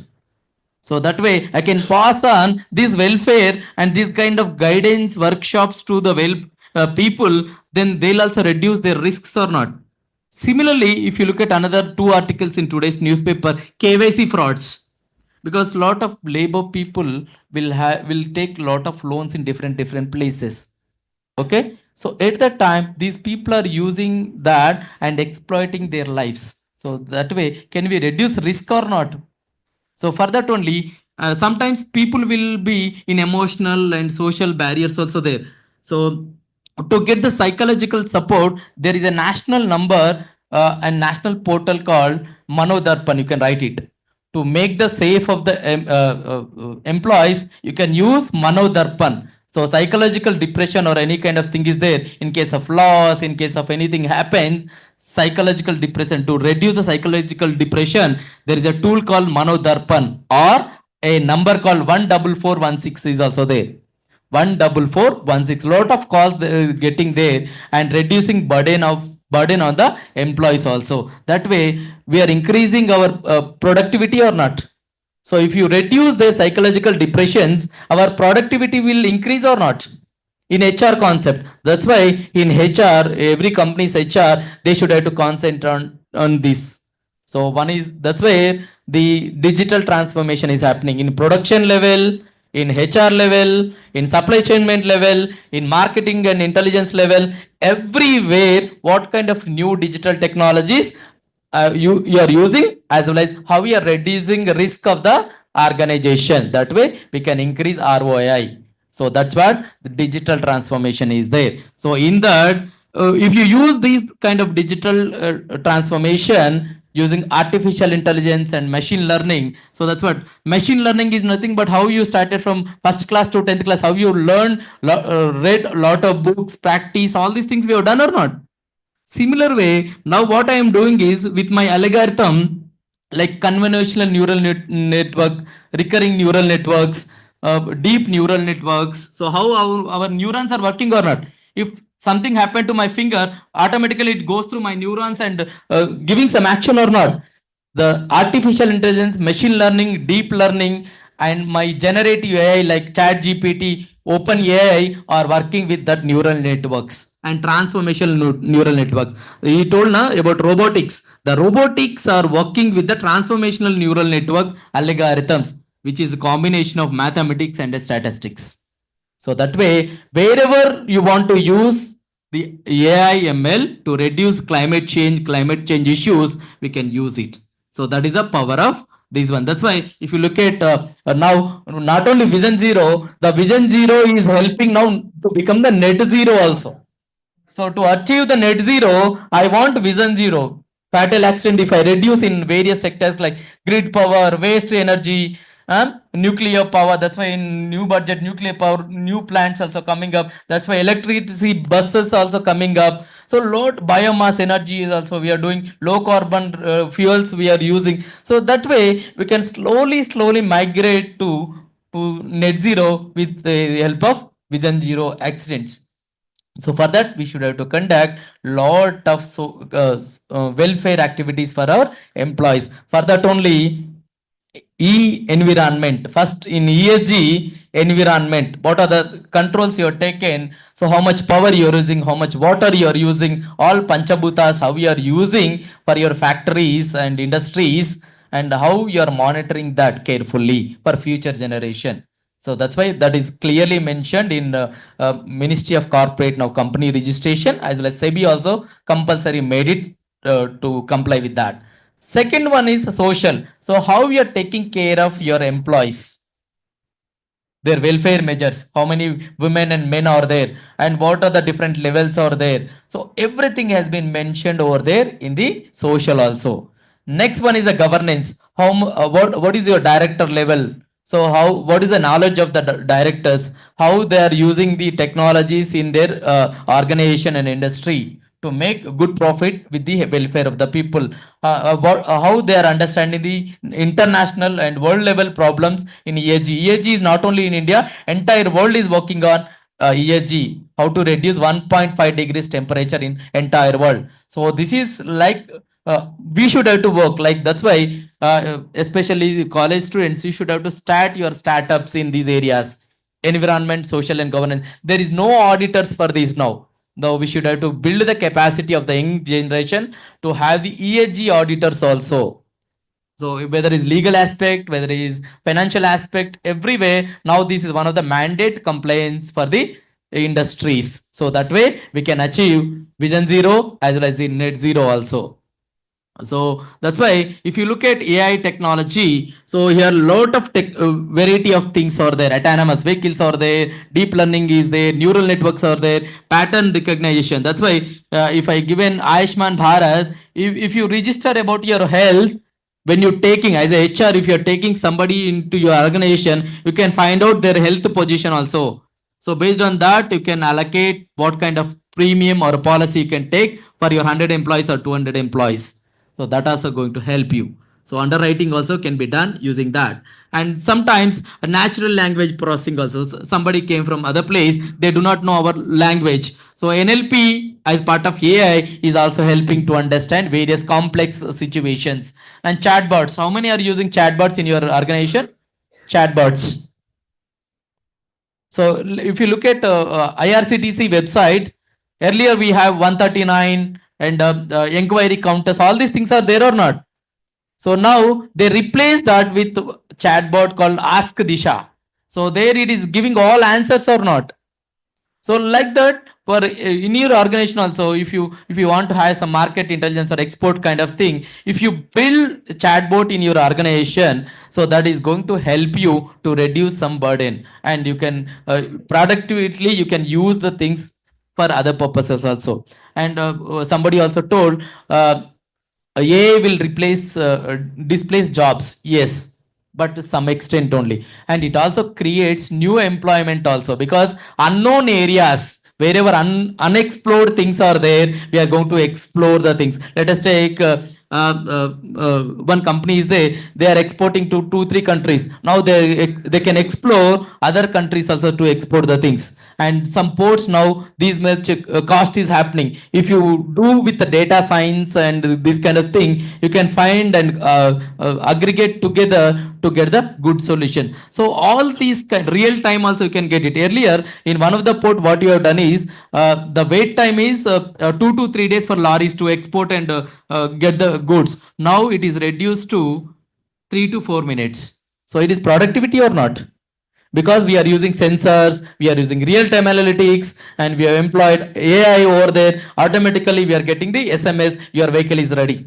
Similar way, toll gates also now reduced to 2 to 3 minutes or not. So that way, so wherever possibility is there in your organization, first understand it and how I can strategize for new strategy. So how I can use various technologies over there. That is very, very important. So that's why, so what AI will do is it will classify and cluster. Let us take how many are working 9 to 5. What is the productivity of them, and what are the products going into different markets. So if you classify and cluster using AI algorithm, AI will do these kind of things only. So how many cases are there? How many cyber crimes are there? How many? So if you classify, based on that, we can conduct a lot of programs and lot of capacity building to our employees also, as well as our directors and MDs also. So that way, maybe Bharat Chamber also taken good initiative to make the productivity of the various CEOs. So like that, we can classify and get the new things. So new investments also we can get using various things. Now even banks and Reserve Bank of India also initiated. If you start using AI and green technologies, there is a new green financing is also happening as part of climate change, and we are achieving the sustainable development goals like decent employment and poverty, eradication of poverty, and smart cities. All these are part of AI technologies only. So like that, now my machine learning algorithm is taking its own decision. I have put some car. So whether is had helmet or not, whether it wear belt or not. Similar way, in your factory also, if you given some kind of solution, whether he has helmet, whether he is using proper PPE kits, whether he is using proper controls or not, that can be classified using machine learning algorithms. First, we are training them, and based on that, we are going to get whether he is using or not, is also going to get it. So that's where if you look at your mobiles also now, spam calls and spam SMS, there they are using AI/ML. If it is a fraudster, automatically it is detecting and stopping the call at TRAI level only, Telecom Regulatory Authority level only. Similar way, you can also identify whether is a from which company or fraudster or those kind of things also you can use. Okay. Similarly, your quality level decisions also can get using AI/ML. Similarly, deep learning. So like this is as feature extraction, classification. If you are building some products to meet next 10 years thing, if you use some deep learning kind of thing from various products and various features, and you can build new products from your organization. So like that, deep learning is also going to help you. In addition to that, now we are seeing chat gpt, deepseek, and various algorithms also now consuming lot of content. Research content is also available. Based on that research content, now you can use for your factory and extract the results. In fact, recently we started working with the legal department. Crores of cases are there, so which are having common patterns. So for that, what kind of common solution and case analysis can be done using AI legal chatbot is also you're going to get it. Similarly, MSMEs, lot of MSMEs are contributing to lot of factories. Let us take automobile industries there. So they require 20 to 30 parts. Okay, so it is going to take a lot of time. Now if you extract that one, now Elon Musk, other people are coming to India, building EV products and other products. Now you, if you think how my factory is going to help in painting or creating some component, how my jute is going to help various states in procuring paddy and other things. Especially Kolkata is famous for jute or not? Jute products. Now entire India requires lot of jute bags or not to procure paddy and wheat. So now if you use AI algorithm over there, which state is required from the Bharat Chamba, if you coordinate with the FCI and other people, you can give to each and every state. Otherwise, a lot of misuse is happening at FCI and state level also. That way you can increase more and more productivity for the state also. That way, this deep algorithms also going to help along with the data science and big data. So like this now, generative AI is also working. So in that, especially prompt engineering is there. So prompting engineering is nothing but, I think Kolkata is famous for Ravindranath Tagore. So earlier the nataks and scripts are there, na? So back says somebody gives some prompts or not to get good dialogue delivery. Similarly, in generative AI, if you given good prompts as per your organization needs, it will give you good outputs also from OpenAI, Copilot, and all the things. You can get a lot of research out of it. The generative AI is that much level is there for that. So similarly, that if you look at virus database updated successfully, that is also using AI because at this time this system should update. So it has been taken and updated that system now. So till now that is not updated. So there also AI algorithm is there. That's why AI in safety, you can find it out whether employees are using or not, whether jackets are used. So based on that, immediately my regulator like safety operation team is going to get, my HR team is also going to get. So your employees are not using that, so they are not that will not get applicable for that. So like that you can make AI in different places. So if somebody went for inspection and safety detection, you can find what he is doing, how he is doing. That way we can reduce the fatal accident after building, after completion of the construction also. That way See, we can last 5 minutes for you. yeah, okay. So in inspection, how they are using, so real time also we can get safety reports and real time monitoring, and safety regulators also, engineers or clinicians also get the information directly using cameras. And nowadays cameras also enabled with the AI. So directly it is detecting what kind of algorithms you are deployed on that. Based on your industry, it will detect and give you the real time reports. According to that, you can have your safety measures. So similarly, so prevention is better than better or not. So instead of having some kind of accidents, if you have the prevention safety reports, accordingly you can send the people to various people. Otherwise, people will levy various penalties. That's what another thing is Ayushman Bharat cards. If you generate yourself, it is going to help you.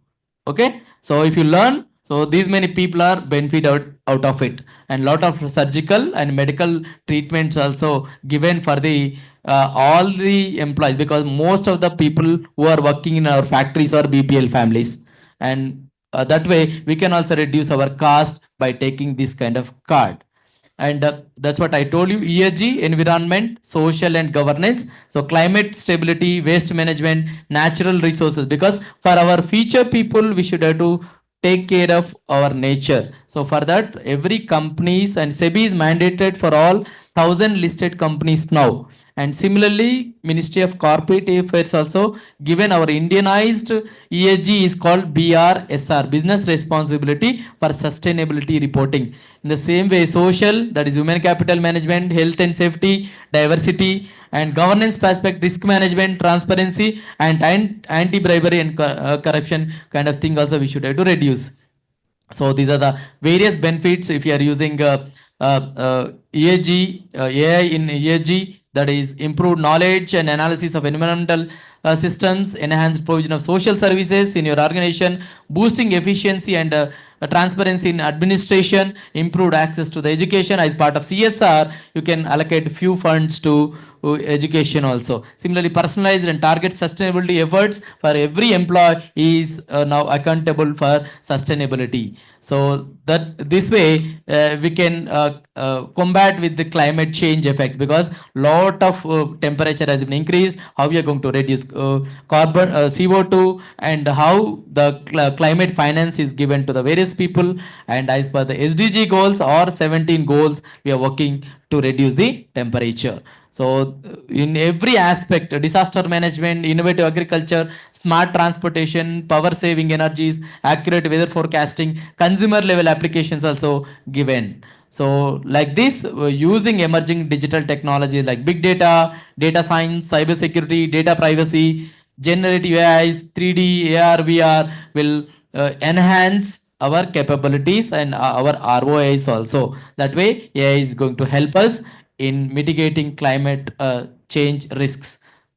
So these are the recommendations: use of emerging technologies in climate change, awareness and training on utilizing Ayushman Bharat for all employees, or AI in occupational safety and security for day-to-day activities, education and financial literacy and green financing, implement of ESG and BRSR for all organizations and regulators.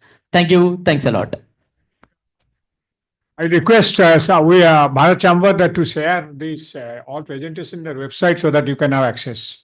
That's a very important thing. And Got your answer? Certainly, but on a very lighter note on ESG, okay,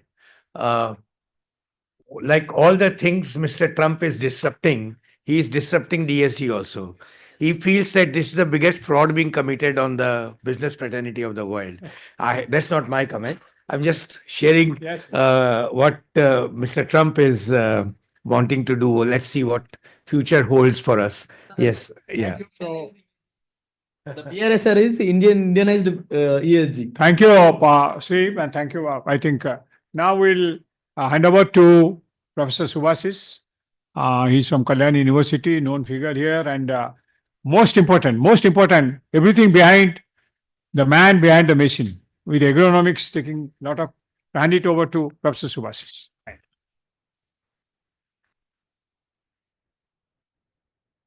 Okay. Presentation.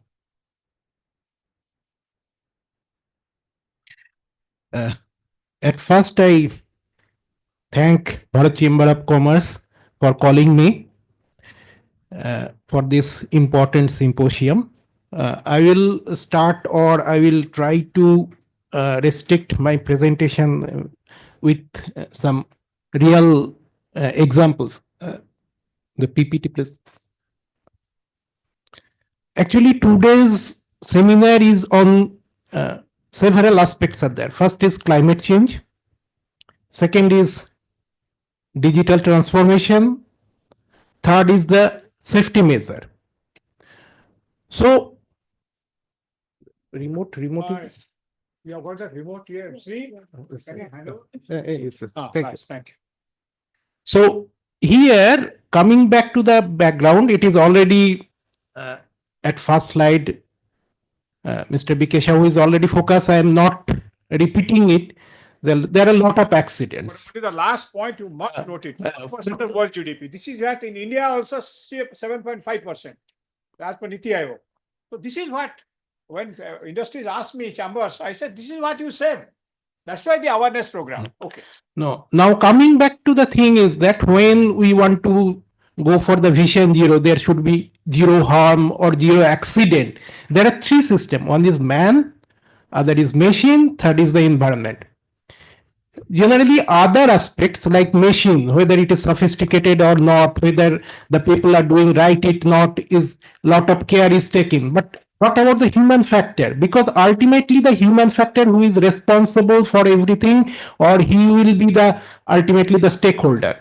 So we have to work very collaboratively in these three factors, then only we can have the better results. So coming back to the thing is Indian concept. We have more than 85% of the unorganized sectors. There is no so-called facilities, or they are scared of. And this is unorganized sector or informal sector. This is coined by Keith Hart, the term informal sector. It's in 1973. And here, when we are going for the vision zero or zero harm or zero accident, main problem is that we have a large number of unorganized laborer or unorganized people. So that is the main focus.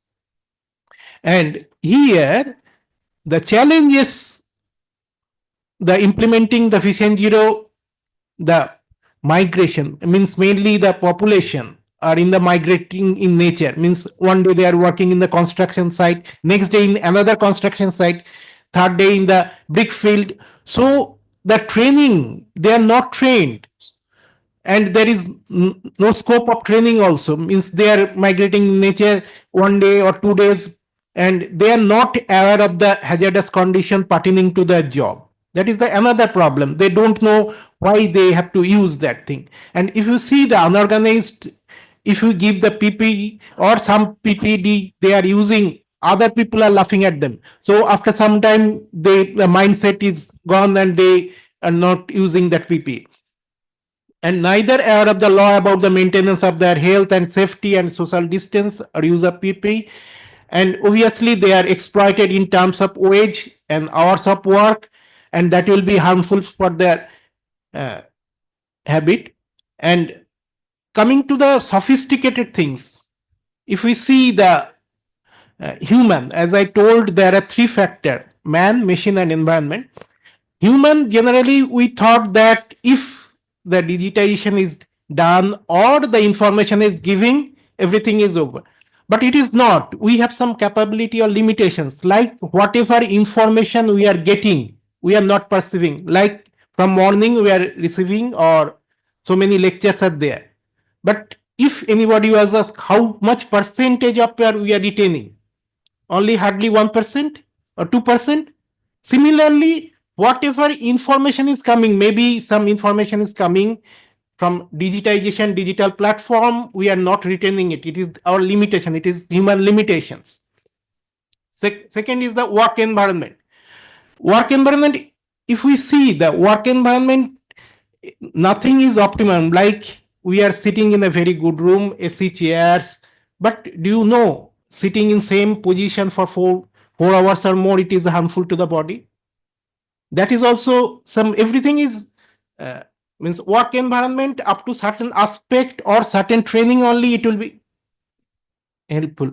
And other aspect is coming on the population stereotype. When we are thinking about the safety aspects, we have accustomed with some habit in particular places, like in the tool and means this switch, we are accustomed that when it is pressed downwards, that means on, and if it's pressed upwards, that means off. But in it may be two-way switch. So in case of accident, it is very much population stereotype, another important. And training, we have to, training is another important. Another factor is coming is the biorhythm. Generally we ignore it. We are not alert or not similarly active in on throughout the day. So those are working in the night, they have the higher chances of making the mistakes. And if you see the major accidents like Chernobyl Island or Bhopal gas tragedy, if you see the what is the cause, you see there is some people have some make mistake, that's why the accident happened. And all the accidents, it's happened either early in the morning or late in the night. And if you see our biological rhythm pattern or our alertness or physiological pattern that is less active in that place. So chances of accident is much more. So we have to be more cautious. And obviously culture, what you have already told, there are different cultures that have to be inculcated so that their safety culture should be developed so that it should be minimized. And another thing, as I told, that whatever information, the digital technology, we get so many information, but it also have some harm. Like we have some mobile phone, we have navigate many things, but the thing is that we are uh, more concerned or more our attention is going to that digital. We forget about the other things, and you will see the lot of accident happen due to the mobile phone. People are busy with the mobile phone and forget about the where they are going, what they are doing. So the thing, what I'm mobile, obviously they have the good point and bad point also. It is a two-way sword, obviously. But my info means my focus is that the cognitive ergonomic point of view, whatever information we are receiving, all information we are not perceiving, only those things we know or which come into our attention that we are perceiving, and based on that we take the decision. So although with the use of digital technology we are receiving many information, but we are not sure whether the worker or the stakeholder are using it or not. Similarly, many things we know but we not use, like when you buy this mobile phone or desktop or laptop, this is the thing.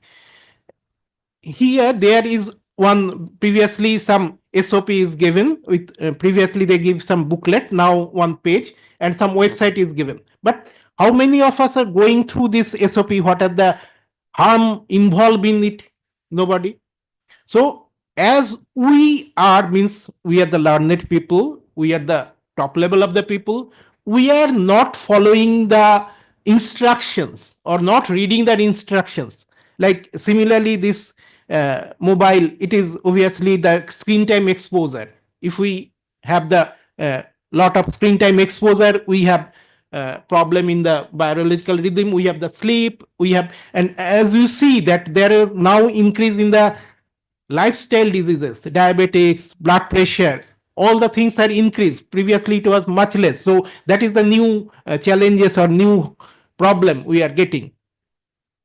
So coming back to the second portion, that is the environment. All you know that there are climate change and there is the global warming. Okay. So this is general thing, but how it affects. And here one data from our Calcutta airport. Here one important thing is that there is last 1980 to 2010 data is there, and one calculation is there how many days we have that WBGT, that is one of the heat stress monitor means indicator. Generally not only temperature, another point is that humidity, radiant heat is also important to about the heat stress. If it is more, means based on that some means index is there, WBGT. If it is more than 29 degrees centigrade, that means that time is not suitable for the outdoor work. If the people do outdoor work in those peak period, there will be chances of collapse or chances of accident. So if you see the trend, you will see that almost every year there are increase almost more than 1 day, means 1 day per year there will be increase in these days where there will be more than 29 degrees centigrade. That means those days are not suitable for the outdoor in our West Bengal or the tropical country. So the outdoor work is very much harmful or problematic. And coming back to the question of that madam, that if you see the different industrial evolution, industry 1.1, mainly the mechanical thing added. Two, there are division, mass production, emphasis is given, and industry 3.4, another thing, IT system developed, and industry 4.0, there are big data or the cyber physical system enhances. But future is coming to industry 5.0, where the human and the robot or artificial intelligence work side by side, so that there should be proper harmony of that. So this is the different industrial evolution, and this is the future of the work process or work practices. Now the focus, mainly we have to focus the design the job to fit to the worker, not the worker fit for the job. So that is the main importance. And coming back to the goal of our Vision Zero, or there are safety, health, and well-being, three component. All occupational accident, harm, disease are preventable. Definitely, we have to find out the reason. But one thing is important: there is no such that same medicine is applicable for the all country. There are place to place, the difference is there. Their local habit is there. So we have to be more focused on the local thing and local habit and local scenario. Then only it will be effective. Otherwise, there will be problem. And a process rather than a target. The transformational approach, prevention building, culture prevention, integrated both safety, health, and well-being. That is the focus of the Vision Zero. So this is almost here coming to the some real scenario. This is the construction work. Unorganized sector, mainly they are exposed to direct sunlight, no workplace, heavy manual work, no proper toilet facility, paid as per the productivity, and definitely they are not aware about different hazards involved.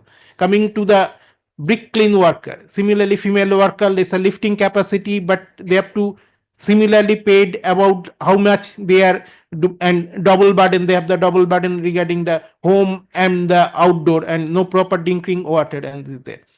And agriculture sector, they are exposed, we are mainly agriculture sector depends on their other problem. And one important thing about the climate change, you can see one of our study, it shows that if there is a increase in the WBGT, means environmental temperature, there are decrease in the production. Here the fifth hour and first hour production is there, and there is almost decrease with 1 degree increase in the WBGT, there are in decrease in the production about the 5%.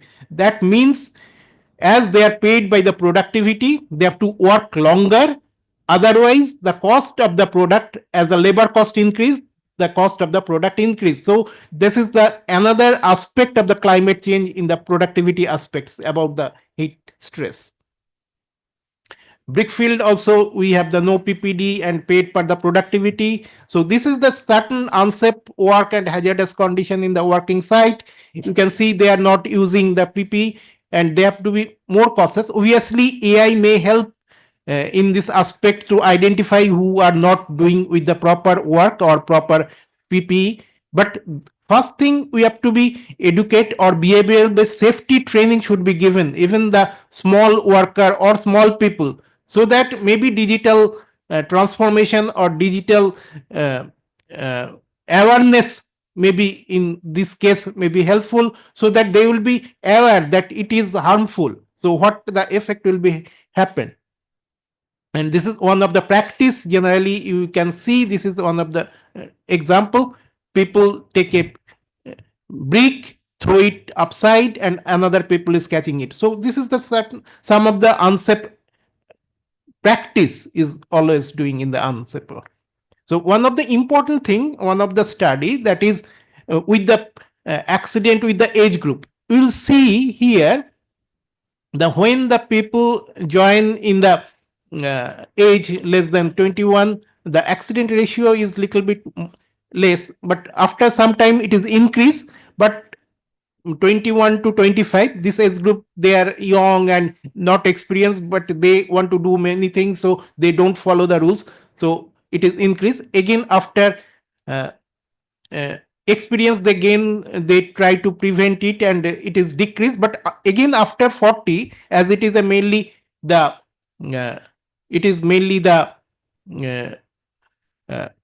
manual work, we'll see again it is increased due to their loss of agility. And you can see the many those required many work means workplaces where the manual labor is required, or people, you will not get the older people because they cannot sustain that thing.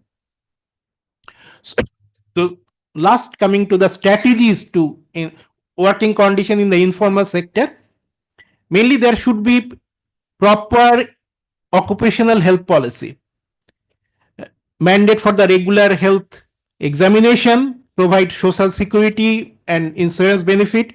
So some of the government uh, government sector or government initiatives already taken, told by our previous speaker, strengthen the enforcement of the workplace safety laws. Second is hazard identification and control, conduct occupational hygiene assessment, implication of engineering control, and establish administrative control like job rotation. This is the small thing. As I told, the based on that thing means those are exposed to the very hazardous condition, they may be rotated in another job. So that is some organic preventive, and obviously proper personal protective equipment and use of that. Train the worker to use the PPE uses, and ensure the affordable and compatible to the PPE design. Monitor compliance through the workplace, that is one important. And health promotions training, deliver occupational health education, train the safe and practices and activity, promote the and smoking cessation. I think IGPF is doing a lot of work on this, and surveillance and research is required.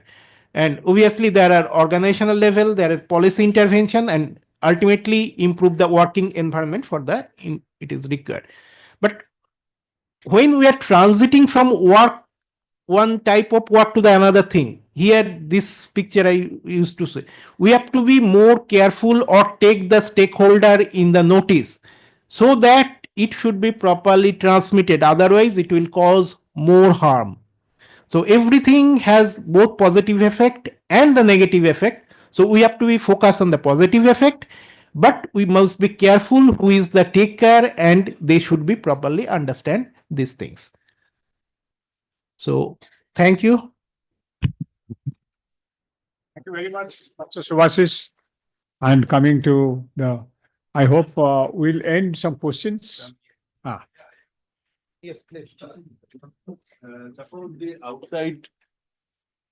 the outside environment, particularly the temperature, is not conducive to work. As you said that above 29 degrees, it is not conducive. Huh? Whatever you call, then what is the temperature you think it is not conducive?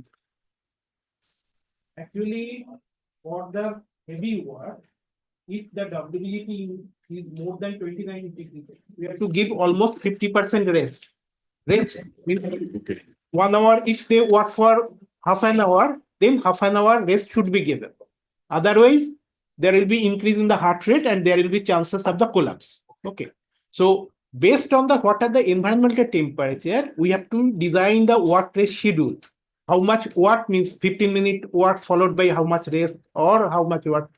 Like in the industry, those have the working in the blast furnace. They hardly work for the 10 minutes, then coming back, another group of worker going there and work. Like that, that is a good practice. That way, they should not be exposed tremendously. That is not this SOP.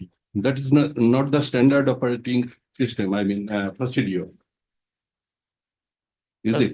Now, No. Millions of people in India or everywhere, they are in the field job. And field job during summer, you can imagine what's the temperature. If he doesn't work, he will lose his target. Right. Accordingly, his income will be less. So what is the, how you can compensate that? The main thing is that I think, Professor, what he's asking, just 1 minute I'll take, because I must make it very clear. It is in SOP. It is a standard operating procedure, but unfortunately, we are not following it. Listen, I'll just tell you. This is where the regulators, the industries, they all have, this is why the reason they are coming out together. If you see the recent introduction by the Ministry of Labor, in fact, 24th of this month. I was fortunate in that year that they took with the industries and all chambers. I don't know why. This SOP, which has been there for particularly informal workers, we are just like, see, that's what he showed. Everybody is showing. All are 90%. They are unable. We are unable to push our things. But the ideal, that is the reason why we are trying to get them into the mainstream by first get them the safety consciousness, get them into health consciousness, get them into social security coverage. These are the things.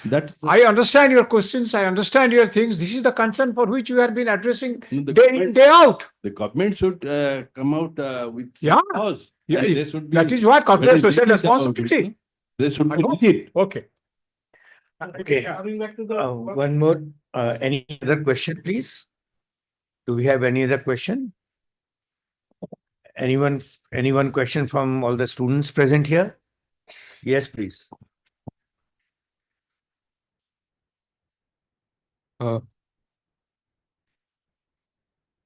My question is to Srinivas sir. Actually, first of all, I would like to say that your presentation was really well structured and it was really easy to understand. And as per Bimal sir, that there is 17% reduction in the industrial accidents in India. 17% reduction in industrial accidents in India, almost 17%, which is a commendable achievement, I would say. But still, in my point of view, digitization is not beneficial in every aspect, as per Srinivasan sir. So, my point of view is that actually skilled workers are benefited here, whereas the unskilled workers, they are deprived. My question is that how can we address the deprivation of the unskilled workers due to digitization? Because here I'm referring to a study which is done by the NSUIL of Bangalore, and they have said that the delivery workers who are working for brands like Zomato or Swiggy, they are they are earning less than the minimum wage, which is around rupees 65 per hour. So my question to you is that how can digitization actually help the deprivation of the unskilled labor force? Okay. Actually, as per the gig workers, they are not full-time workers first. The statistics, whatever you told, is a full-time work, minimum wage for full-time works. They are not full-time workers. In that only they clearly mention about gig workers and is meant to say that is a temporary work only. And coming to how digitization is going to help in unskilled workers. That's why if you look at PM Vishwakarma now, how many of you know PM Vishwakarma? Now it is killing all machines, everybody. All 17 activities also considered in that. That way it is building the capacity, including the occupational safety, financial education, and construction, bricklaying, everything has been covered then. So that is the power of that. So based on that, the second component, once they completed 5 days of training in PM Vishwakarma, they have been given with a new instrument, whatever the instrument they want to utilize, they can get it on free of cost. So maybe you can start. Recently, we went to Gujarat University. They started new startups in that, all college students to utilize these kind of skills at village level and rural level for all unskilled people. They started new startups. Maybe you can initiate few startups also in that. That way, unskilled people also get benefit from your education, from the government also. That way people are there but not available for the work. That is a major issue now. People are there but not for working. So we should have to build their capacity using various digital platform. They have good digital platform for that also. I think I'll add what she said. I'll just take 2 minutes on this. It's really concerned what you said about Zomato, Swiggy, these gig workers. It's a big concern. And you know, there are two ways, because this was extensively discussed in Sydney World Congress last year when we were there. And that's why Government of India has come out with a policy. There are two ways. As my house, I look into it, the Zomato fellows should come in time, my children should take in right time, very fast. You see, I have done a study on this. When no less than the Swaggy CEO, we went to Bangalore. It is two-way. The consumer wants the way your pizza will come so fast. You know how much time, how quickly he has to put his accelerator on motorcycle to come to you. This is a study, and for which now they are changing the timing, changing the pattern. The digital platform will be a great help. And Government of India has very nicely in the labor code which has come for gig workers, I think should be for gig workers. The ESI is being rolled out from 1st April 2025. That's what a great relief will be. Thank you. Yeah, thank you. All I can add from the, everything evolves. At least there were no concept called gig workers a few years back. They were not recognized as a labor force. Today, they are at least getting recognized as gig workers. So as things go, two things will happen. Technology applications will evolve to match those requirements. Two, competition will itself take care. Competition for talent of gig workers, also to get gig workers, will also take care of improving safety standards for them, and perhaps this will also educate customers not to expect too fast, and so that puts those people in any kind of an accidental risk. With these words, I would now request Mr. BP Singh. Yeah. Probably before go for lunch, there is one questionnaire which has been given to everybody. Please don't close your bag. My request is a questionnaire. Kindly put this, because why it is important. Don't see anything is waste when I am there. This goes to Ministry of Labor. I have a point in getting all these things to the Ministry of Labor. So my request is kindly fill up this questionnaire. Give this with your feedback of today's. Also, whatever you just put it and give it to the Bharat Chamber. We'll take it. Thank you very much.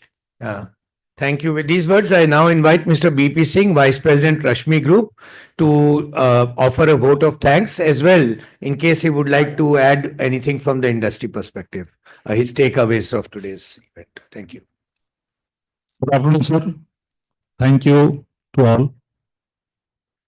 I am to share my views on industrial environment for safety and use of AI or digitalization. First thing, knowledge. Knowledge should be there. The engineers coming from engineering college, they even do not know the rules and regulations in working for shop floor in the plant. It is mere safety officer who is to take care of all the hazardous things, activities, unsafe acts and conditions. And they are forced. If something happens, it is his responsibility. If everything goes okay, it is someone else taking credit. My sense is the head of the department and the engineers, supervisors working with contractors or the main plant, they should be aware of what is to be done for safe working. The direction will be given by the safety officer. 1,000 people, if any industry is having, then only one safety officer is required. This is rule. Why it was so? It was so because it is not safety officer's responsibility to get the job done safely. It is responsible of the line management, and the safety officers is responsible to guide, control, train, whatever knowledge they have. They are only BSc oriented boys. They come with BSc degree, minimum. Engineers can also be there, but minimum degree is BSc, and one person in 1,000 person. So 1,000 persons activities is being taken care by a safety officer. This concept should be demolished. Otherwise, the accident will be happening, whatever we are seeing. I am very glad that 17% accident reduction is there. State-wise, this is good. These are the effort of Bharat Chamber of Commerce like institutions and engineers also. But how it will be becoming zero, in my opinion, every engineering college should have a course, a paper on safety rules and regulations working for the company, because 90% students coming from the engineering college having electrical, mechanical, metallurgical degree, barring some computer and other branch, they are going to work in industry, factories, and they even do not know what is factory rule, what is factory act, when it was formed, how it is formed. Some engineers say that factory rules are, factory rules are prepared by the municipality, by the factory inspector. Why? Because they have no knowledge about it.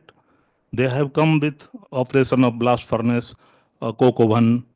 They are very much knowledgeable about it.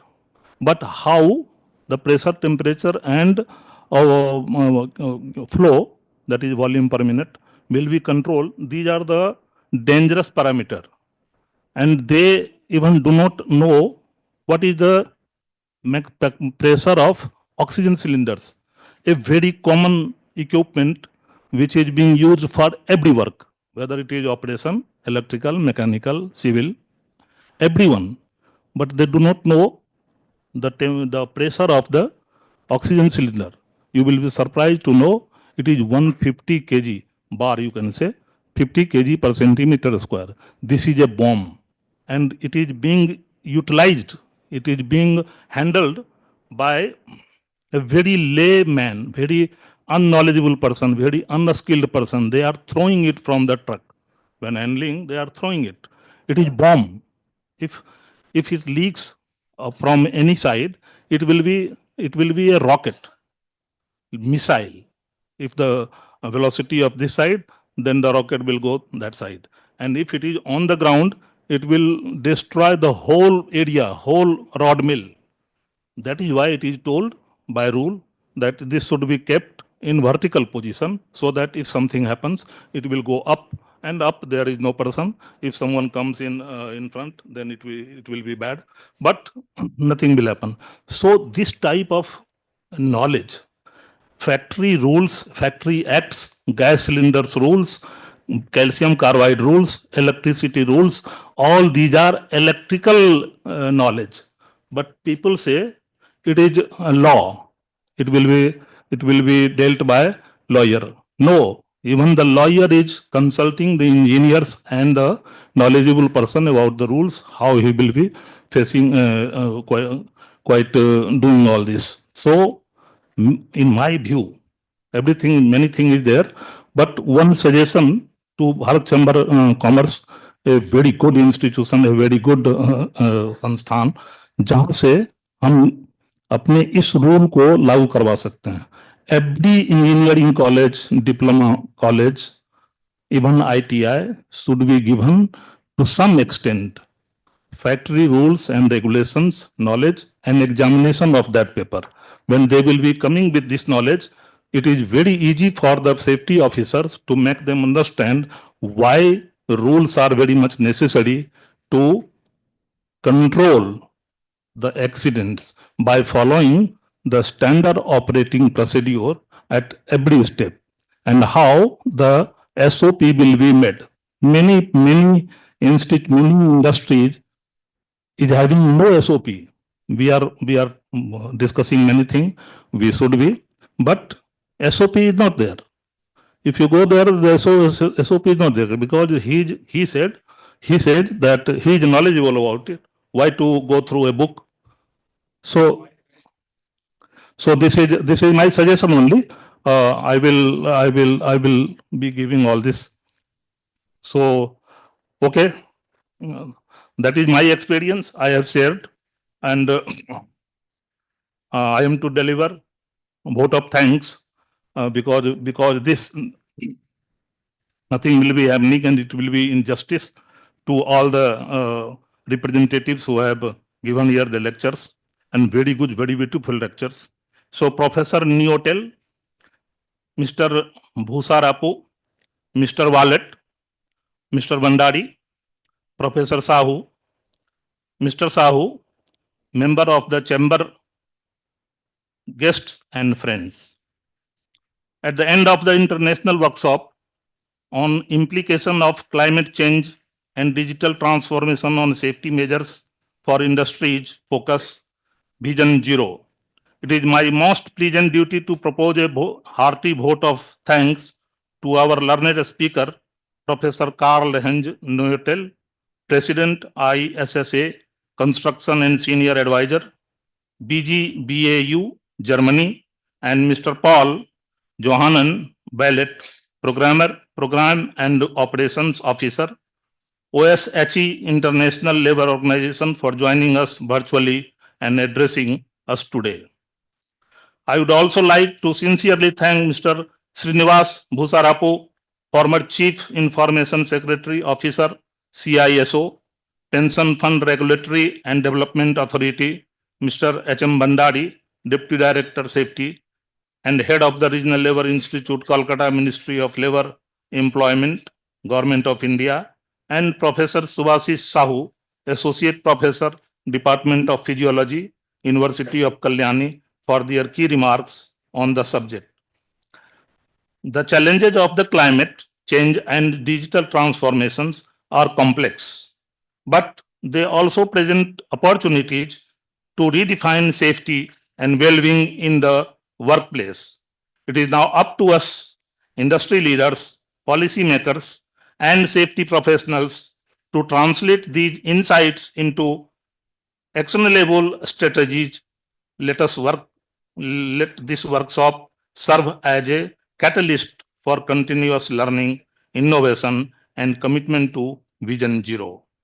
The future of occupational safety lies in our collective hands, and together we can build a safer, more resilient, and sustainable world for us. I would also like to thank the entire team, German Social Accident Insurance, DGUV, and Indo-German Focal Point for their contributions in actualizing this important event. Finally, and above all, I extend my special thanks to Mr. Bimal Kanti Sahuji, Director, Indo-German Focal Point, for his constant support, coordination, and enthusiasm. With this word, I request you all to join me in carrying a hearty vote of thanks to our respected guest speakers with an appreciative acclamation. I shared my opinion also. So on that, I am very much optimistic. I have said some problems, but problem solution is also there. We are young. You all are young people. देख कर बाधा विविध बहुविघ्न घबराते नहीं. बहुत सी सावधानियां, बहुत सी परेशानियां हैं. तो देख कर बाधा विविध बहुविघ्न घबराते नहीं. रह भरोसे भाग के दुख भोग पछताते नहीं. काम कितना भी कठिन हो किंतु उकताते नहीं, और भीड़ में चंचल बने वो वीर दिखलाते नहीं. हम तो सब जानते हैं कर लेंगे, नहीं, कुछ करना है. भीड़ में चंचल बने जो वीर दिखलाते नहीं. और कभी अपने में आन भी आना चाहिए. चैलेंज हो गए एक आन में उनके बुरे दिन भी भले, और हर जगह हर काल में वे ही मिले फूले फले. So take the challenge and complete it, face it. We will be winning and winning. Thank you. Thank you, Mr. Prasad. On that very positive and encouraging note, we have come towards almost the end of today's very interesting and insightful international workshop. So before we conclude and go for lunch, we have two things. One is there's a very interesting bookmark given to us by Mr. Bimal Kanti Shahu, Director, Indo-German Focal Point, which we would like to release now, and we would also distribute these to the participants today.